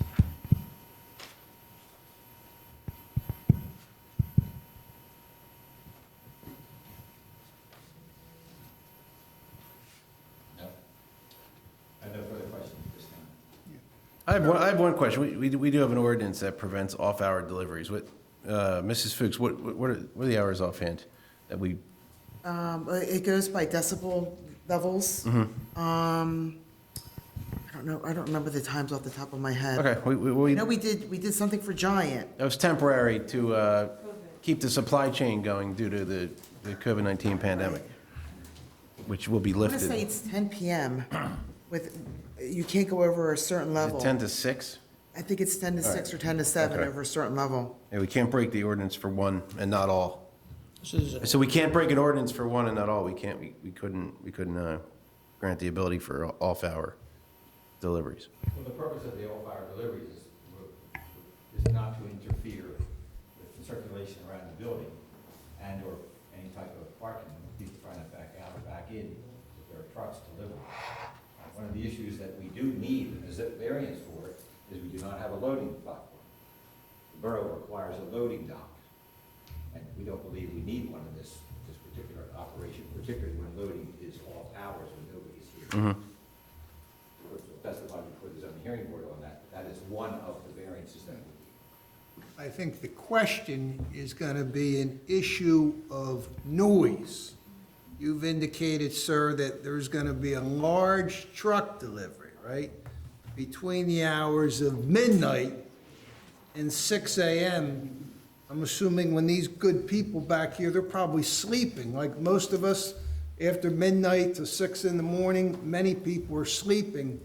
And I guess this large truck is going to come in semi and make a big delivery once a week.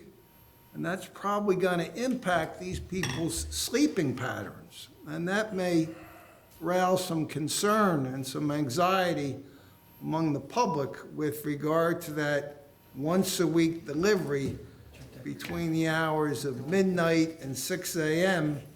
And apparently, that delivery conflicts with a borough ordinance that we presently have on the books about those types of deliveries in the middle of the night.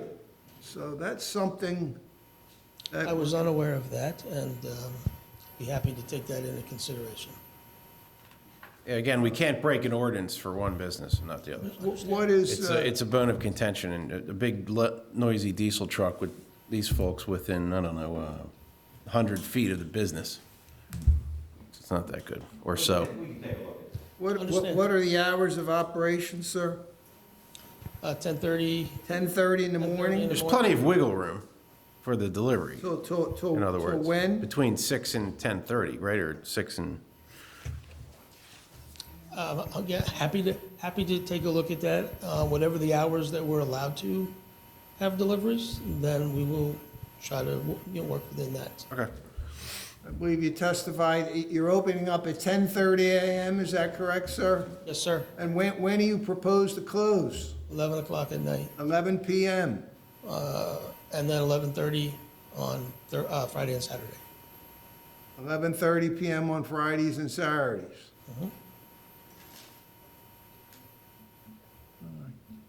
Maybe the delivery once a week rather than 2 or 3 o'clock in the morning, maybe it can be at 8 or 9 o'clock in the morning when most people are up and about and prior to opening up at 10:30. Perhaps. Maybe we can do that. I'm happy to consider If that. we can send men to the moon, we can probably accomplish that, yes. Is there currently going to be any outdoor seating? There is none planned. Typically, Popeyes does not have any outdoor seating. What's the peak days, the peak meal time?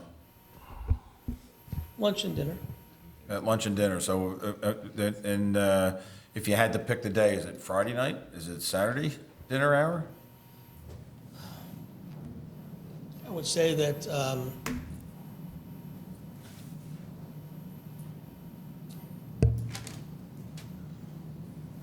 I don't have an answer for that question. It's pretty even. Lunchtime, we see a lot of, depends on the site. If you're in a site that has a lot of office space, we have, tremendous lunchtime businesses. More of a residential area, we would see a bigger dinner business, people on their way home. Just depends on the area. And then, weekends are equally busy. Is this a bigger drive-through area than other stores? It would be commensurate with other suburban neighborhoods that we're in. No, I'm talking about the actual layout of the drive-through. Oh, no, the layout is the prototype. It is the typical Popeyes prototype. It's not just conducive to this personal site here. No, sir. They're about all standard. Yes. What is the actual serving time, if you even have the answer to that? I do. The brand standard is 180 seconds, 3 minutes from the time you order to the time you pick up. You'll definitely never be Chick-fil-A. I'm just kidding. Hey, Mike, you never know. Chick-fil-A. They can do 20 cars in that time. They have 20 cars in their drive-through, and they have people out there with tablets. And, Yes, they do. I wish, I personally don't get into a Chick-fil-A drive-through lane. I'm not going to wait, but that is the standard, is 3 minutes. We try to do better than that, but that is the standard. I'm sorry. 3 minutes, I order, the clock starts then. By the time I get around to the drive-through, you're telling me they're gonna hand me the food in 3 minutes? Yes, sir. Wow. Huh? Wow. Okay. Just for that loading and unloading hours, it's between 10 p.m. and 7 a.m. Okay. So, question here. So the signage here, this is the pickup window that would be facing Edgemont Ave? Yes. So there's about no signage at all on this front that's facing Edgemont Ave, is that correct? And besides that little You got the little chicken circle emerald, medallion. that would be the only one? We would also have a pylon sign. I believe TD Bank had a pylon Yeah, sign. yes. We would have the pylon sign as well. Yeah. Okay, thank you.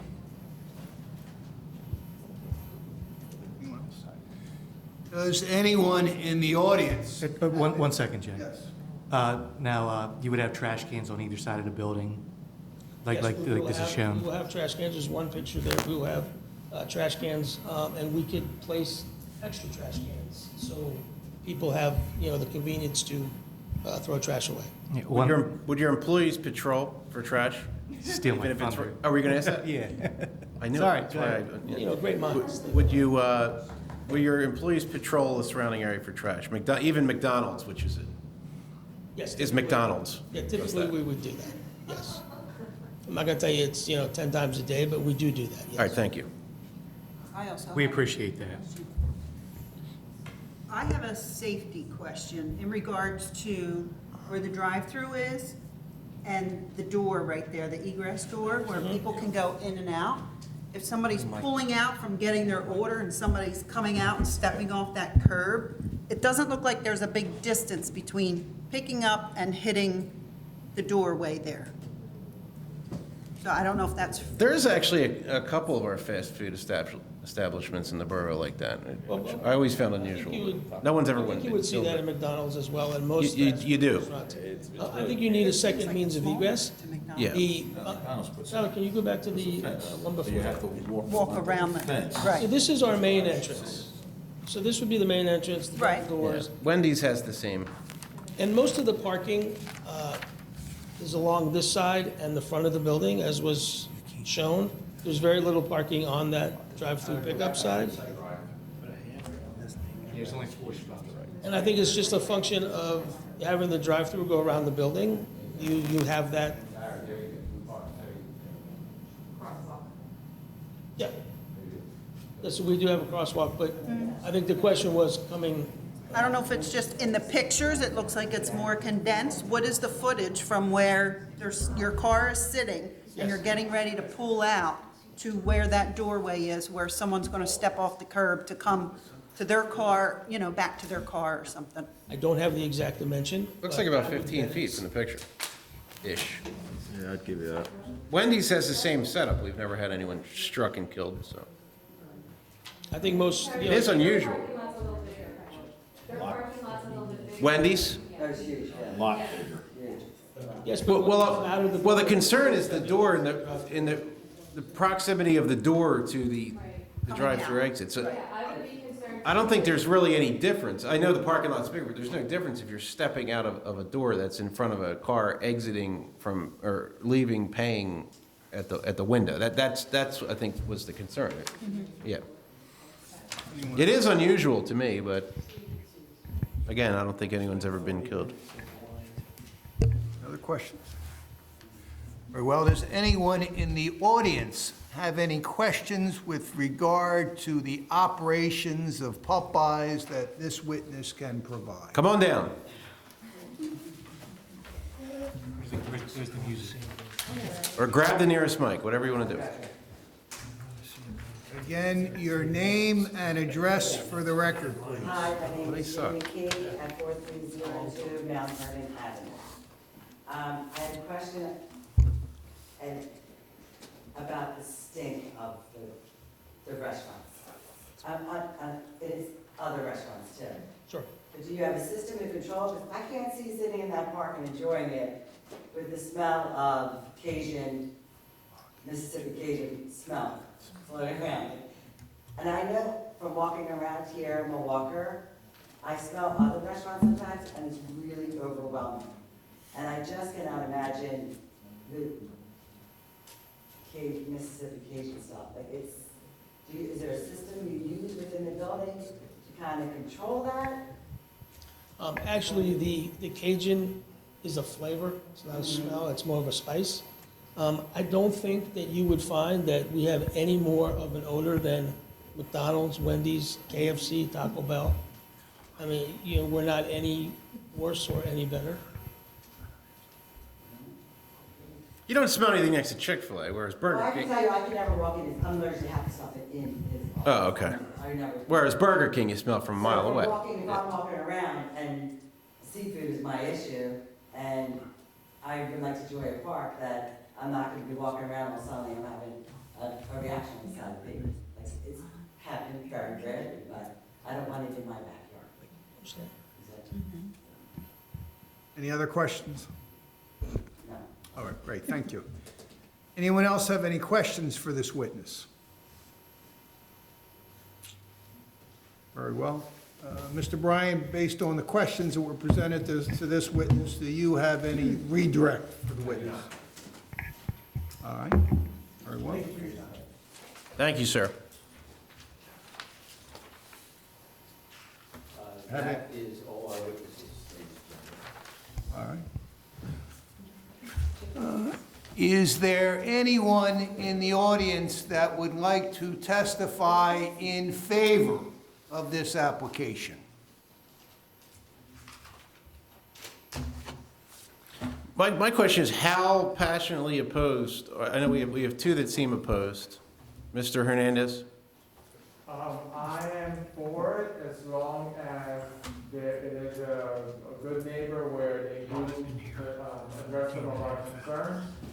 One being that entrance and exit on the upper northwest corner.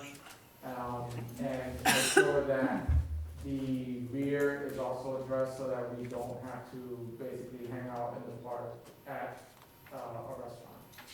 Mrs. Bradley, do you care to give a final statement or thoughts? I don't want to mean to put you on the spot, but. No, it's okay. It's okay. I'm used to that, so it's good. I'm highly opposed. Okay. Okay, let me just finish. Is there anyone else who would like to testify in favor of this application? Let the record reflect, I see no hands, I hear no voices. Is there anyone in the audience who would like to testify in opposition to this application? Come on up. I step forward. I get to say it right here. Now, here. No, we need to hear this. We're recording the meeting. Would you state your name and address for the record? Again, Ginny McKee. You have to do it, I'm sorry. 4302 Mount Vernon Avenue, Brookhaven. It's like Groundhog Day. Ms. McKee, we have to take sworn testimony. Sure. Raise your right hand, please. On this plenty. You swear that the testimony you're going to present to this council is the truth, the whole truth, and nothing but the truth. So help you God. Yes, I do. All right. Please present us with your testimony. I just feel we're Brookhaven, we're 1.25 miles long. We are becoming the fast food capital of Pennsylvania. We've got to find healthier habits in this borough, which it could be restaurants, it could be, but another fast food chicken place. It's getting out of control. You walk around, all you do is smell all these other fast food places that are operating sometimes. And then sometimes you don't. The wind's blowing, we're good. We need better things in this borough. That is not going to do it for us. I mean, they talk about the health of, look how many fast food places are in here. Look at the health of our community. We need to watch out for our community. Adding another fast food restaurant is not doing it. We need to look at other directions. Nothing against Popeye, but it's not something I feel we need. We have several chicken places already, numerous pizza places already. We just need to look for another direction and then go out there and try to find those other restaurants or specialty shops, whatever, to entice them to come into our borough. I do not disagree, however, we have reached out to restaurants. Council's done it, Mrs. Fuchs done it, I've done it. It's not easy. They strike it Well, I'm out. not saying We it's reached out to. And especially now with COVID and all that Mr. happening, Hill I behind agree. you, I believe, reached out to Panda Express. He knows a large franchisor for Panda Express, or he said he was going to. I can see Salad Works, which, we could all mix a salad in, especially myself these days, but there's really nothing you can do. I'm not thrilled about Popeyes. If I was getting excited about Popeyes, my life's pretty sad. I mean, it is what it is. If we were to fight it and strike it down, it is my belief that we would lose in court anyway. Now, I am not opposed to it either. I'm lukewarm to it. It's really not a whole lot we can do in these situations. We can't force businesses to come here. If we did, we'd have Panera, we would have... Several times in the last 24 hours, I've heard several people say, hey, let's fill our empty buildings. Really? We're filling our empty buildings with crap. Stuff that is unhealthy for our community. In some cases, we are. But unfortunately, it's a free. I agree, I'm not. But you understand it. I understand it, Yeah. I understand it. but I agree with you. I just want to let you know that I agree. we need to start really thinking about another direction. Again, we are the capital of Pennsylvania for fast food restaurants right now. It's disgusting. I believe this will be 8. Yeah. Yeah, we're pretty. It would be totally different if we owned the property and the buildings. Yeah. Because then we could put in whatever we wanted to. Maybe But we need you to don't. look in those directions. Everyone wants a privately owned sit-down When restaurant. Run Mall closed, I reached out to, I can't even tell you how many businesses about them coming right down the road. The problem that they had was the rent was too high and they couldn't afford to be in Brookhaven. That was a huge problem. We had some great businesses that wanted to be here. Yeah. They couldn't afford it. No. All right. I'm just making my voice heard. We need it. I agree with you. I don't generally eat fast food. I know it's hard to tell by the looks of me. I'm not either. Yeah. I do Chick-fil-A Once in a while. salads, that's it. Yeah, once in a while. But I don't hit anything else, I'm sorry, Chick-fil-A. No, I appreciate your input, and I agree. Thanks for listening to me. Can I ask you a question, Ms. McKee? The TD Bank building has remained vacant now for several years. Would it be your preference that we keep those storefronts closed up and locked up and remain vacant, or that we put a viable business along the Edgemont Avenue business corridor? I think Ms. McKee wanted a better option. I could see you want to fill these buildings. I just think we're putting in businesses that are just not healthy for us. I don't know about you walking around. I'm looking at individuals in Brookhaven that are very unhealthy because it's easier to go around the corner and go through a drive-through and order these foods. Now, it's their decisions. I get that. But why don't we find something that makes them allow better decisions for them? It's not And just a we're not Brookhaven doing thing, that. that's a Delaware County. I know, but I get Yeah. that. I'm only concerned about this mile and a quarter long of Brookhaven. Yeah, I know. Because we live here. So I'm looking at that, really. So I just feel like we don't need to be anxious to build. I know it's a sore eye to see these empty buildings. But there's something we've got to work harder to finding better businesses to come in. So, I mean, but we have to do it. Well, we would then implore the Business Association to attempt it. Council has attempted it for years. As much as I'm here. Not just we this tried, council. we tried, we tried. Previous council. Obviously, there's got to be another just- way of trying. Salad Works. There's always an avenue. We tried Salad Works. We tried, what's the other salad place? Yeah, that one. No, Panera. They don't want to come here right now. They just don't want to come here. I'm not saying Panera is the be-all and-all as far as health food goes, but yeah, sure, it's a healthier option It's a healthy option than Wendy's than what we have around Popeyes, here, yeah. yes. We have so little control over what businesses come here. Really none. I think maybe we put it out to the community, not just leave it up to the council to, be the people out there trying to find businesses. There are so many people with amazing connections in this community that maybe reach out to the ones that have that connection. I would implore the And say- Brookhaven Business Association to do so. We can talk to them. Okay, we can do We that. can. And maybe prevent another fast food place from going to the Carmen site. How about No. that?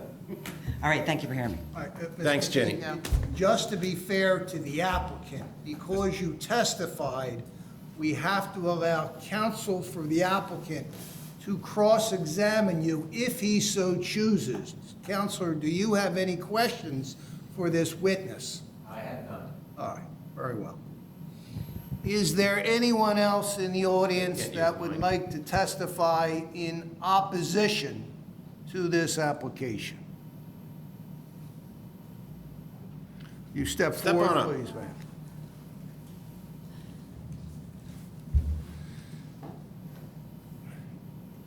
Again, state your name and address for the record. It's Michelle Bradley, 4201 Mount Vernon Avenue.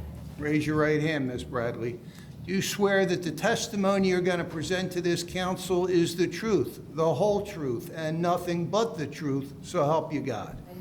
All right. What would you like to tell us? I'm just opposed to it. Again, like Ginny summed it up, like with our healthier choices and stuff like that. I understand that it's hard to solicit businesses. I know talking to Donna over the years, like she really pushed hard. I just feel like you let Carmen sit for 30+ years. Why can't we just find businesses? It doesn't have to be fast food. We didn't let Carmen sit for 30 years. They had the legal right to sit Yes, for 30 years. yes. I We- know there was we- always a huge struggle. Yeah, we pushed the sale, we used the blight law and pushed the sale, and this council got it done. Yes. And so, yeah, that cleared itself up. But that blight law was relatively new. Had that existed in the 80s, I'm sure a previous council could have attempted something. Like, I but mean, yeah. if you look at the other shopping center, that's right there on Edgemont Avenue and Brookhaven Road, it sits, most of the stores that are in there sit pretty much empty. I think Westside Bakery just went in about a year ago, if I'm not mistaken. They have a great little business. There's still about 10 stores in there that are West empty. Branch Baking Company. Yeah, yeah. There's still about 10 stores that are in there that are still vacant. I know, like, We have around 30 vacancies. We had Yeah, 40, we had 42 at one point, I believe it was. yes, we did. And that was probably Was it higher? about 3 or 4 years ago that we had that many. Around about. Yeah. Because I just feel like we should even look out for, like, even people that have, like, a small local business. There's so many around that allowing another franchise to jam up Edgemont Avenue, traffic-wise, it's going to be horrendous. Again, I have to live out back of all that noise, the trash, when they're coming, when they're going. We're normally, when we're walking in the park and everything, we're cleaning all that up. I don't expect our maintenance crew to come every day. You know, I don't expect Gary to bring those guys every day to clean that up. Gary retired, it's Dave now. But Well, yes, I know what I mean. but you know what I You're mean? right. Like, I don't expect. And I've cleaned it up in a neighboring resident. Right. And his wife. Right, and we had a have cleaned it up, prior. yeah. It's you know, definitely a resident. problem. Yeah, it's definitely a problem. I don't think, you know, living out back of it, it's gonna be more of a problem. We already have an issue with McDonald's as it is. You know, with. What are the issues with McDonald's? The hours? Let's stay focused. Okay. Yeah, the hour, I just feel like having another restaurant right there in my backyard is going to, you know, totally kill everything that we have. You know, I mean, I have a beautiful backyard. I have a brand new beautiful porch and everything. We have family over. We like to sit out there. We like to enjoy it. The last thing I want to continue to smell is fast food. You know, we bought our house over 26 years ago for the quietness that it was. And I'm losing that slowly but surely if you put another restaurant there. I'm highly against it. I'm highly against it. You know, just the traffic, the trash, the cleanup, the parking, the abuse that we're gonna take as residents on that side street. I already have issues traffic-wise with kids going to the McDonald's. They pull up and down that side street. They're flying. I had a party on Monday, and my mother-in-law was almost hit You mean Mount Vernon or into the dead end? into the dead end on Maple. Okay. Because I'm that corner house. I am the corner house. So what are they doing? They're flying into the lot just to park in the Eaton Yeah, lot? and then when they leave, they go out the wrong way. But what I'm saying, you Might be a spot we could consider a speed hump, right at the entrance to the park, to be You honest. could do that, yeah, you could do that. People come and go up our street the wrong way. My street was I've seen that. designated- I've seen it. My street was designated, I believe, if you look back, it might have been in like, I think Ralph had said it was 76 or 77. It was designated one way. And at the end where Woodland is, we used to have a barricade of some sort that blocked and said, Yeah, I remember do not enter, and then it magically disappeared. You know, it's just gonna cause major issues. And that's my biggest concern, plus, you know, I know they can't control people staying in there, sitting No. in there, eating their lunches and so forth. No, of course not. But, I mean, that's gonna affect me too, their cars running. That's gonna affect me, that's my health, that's my children's health, that's my nieces and nephews all coming over, my great nieces and nephews coming over, you know. In all seriousness, no matter what business goes there, you might have some sort of problem. Some sort of problem. I'm not saying this is the ideal business by any means. No. You'd have idle. It's not. Yeah, and I understand that. From our standpoint, we have two opposed in a public meeting, and we did advertise. I posted it on 3 of the borough Facebook pages, Brookhaven Politics, my council page, the official page. And we have 2 opposed. We have 2 opposed. Even if the council was opposed, and I don't know how they're going to vote tonight, it would be struck down in court. That would probably be the solicitor's opinion, because of the fact that we have all of the other fast food restaurants. It's a battle that would be lost. I just feel like you guys need to have them look more at the traffic pattern that's going on Edgemont Avenue. You know, the- Well, we brought that up tonight. It's conditional use at this point. Yeah, we brought that. Still gotta go to plan. We discussed that tonight. You know, it's just a concern. It really is. I just feel like we don't need it. And I understand it's hard to find businesses. You know, I've tried several people that I know that own major restaurants. Yep. All throughout the US and on the East Coast. They don't want to come And here. They don't want to come here. Private- because you're private already- restaurants- You're already filled up with restaurants. No, they don't want to You come. don't have enough liquor license or anything like that for anybody to want to do that. You know? We have one left. We do have one left. You do have one left. We do have one left. I will represent it. Giant, the supermarkets do not count. Right. It's a different type of liquor license. Okay, Chili's has it, and that's it. There is one more outstanding. okay, So, all right. I mean, you know, that's a whole different story, luring in privately owned restaurant. Right. And then you look I at, just, my concern is, I have to live here. You guys don't have to live there with this behind your house. I do. You know, I mean, if it was possible, would you want it built behind your home? No. I mean, I'm not a fast food person. Fast food to me is when we order pizza from a friend's place. You know, that's, for me, that's fast food. Mm-hmm. We don't generally eat fast food in my house. You know, do you want it in your backyard? No, Right. I do not. I don't either. So my yard is right there. I don't want it in my backyard. Thank you very much, Ms. Bradley. Just one moment. Mr. Bryan, do you wish to conduct any cross-examination on this witness, given her testimony this evening? I do not. All right, thank you. Thank you. Thank you. Is there anyone else in the audience that would like to testify in opposition to this application? Very well.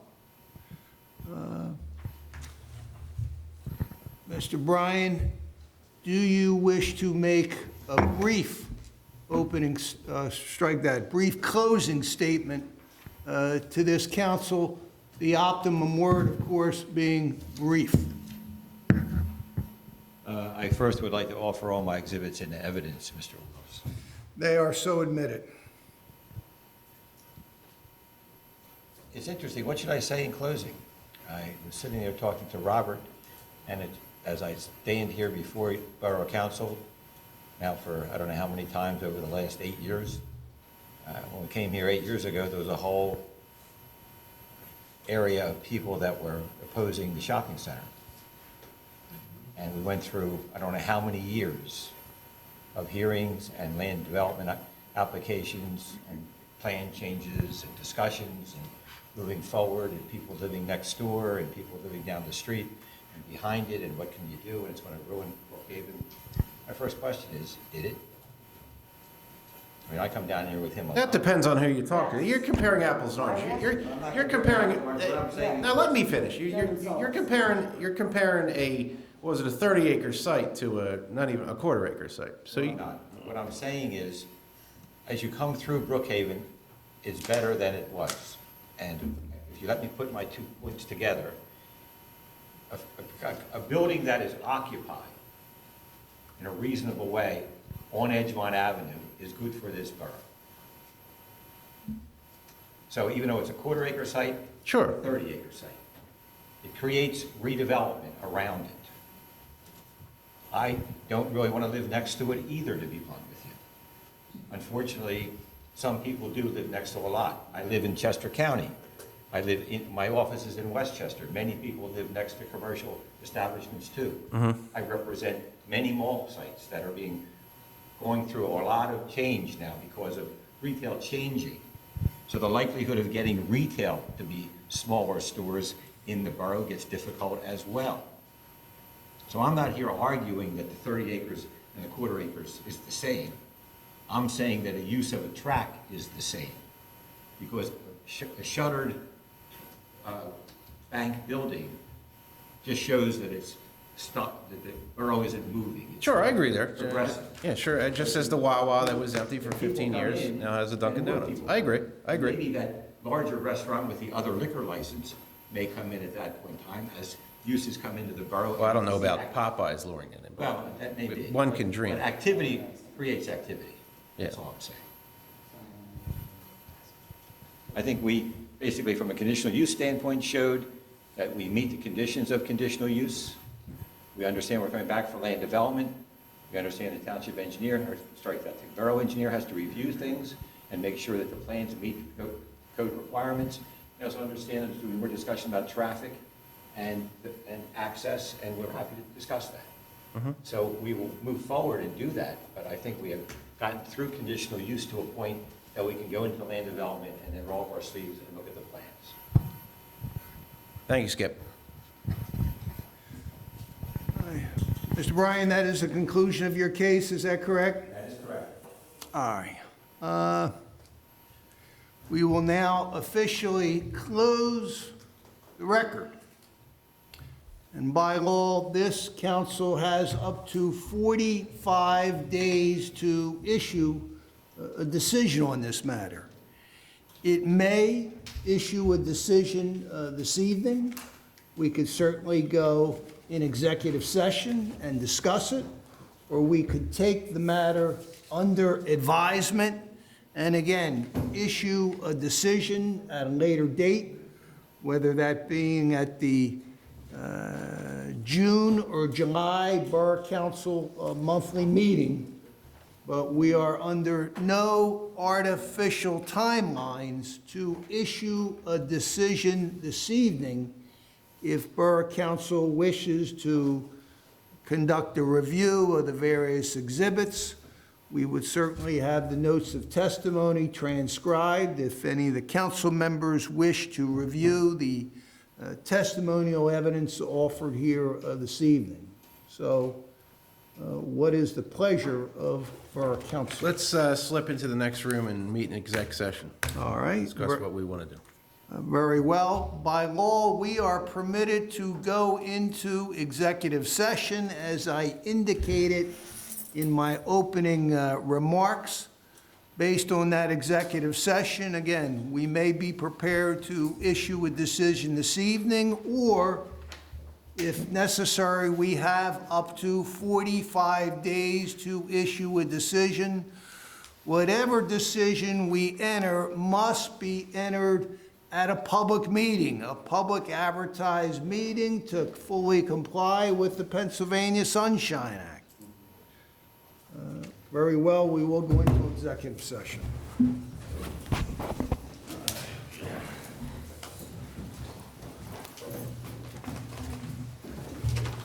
I'll push your chair and chair.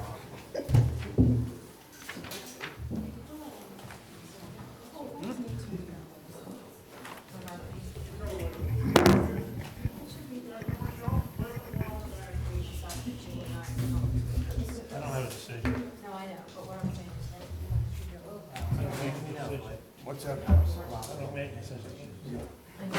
we really tried. Yes, I mean that. I'm not joking. Put it all in. I really wish that that would like be decided. The problem with the Facebook is that people need to get on the record. Facebook ain't a record.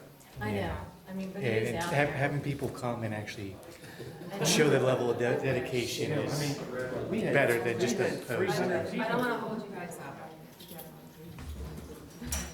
I'll be waiting for you.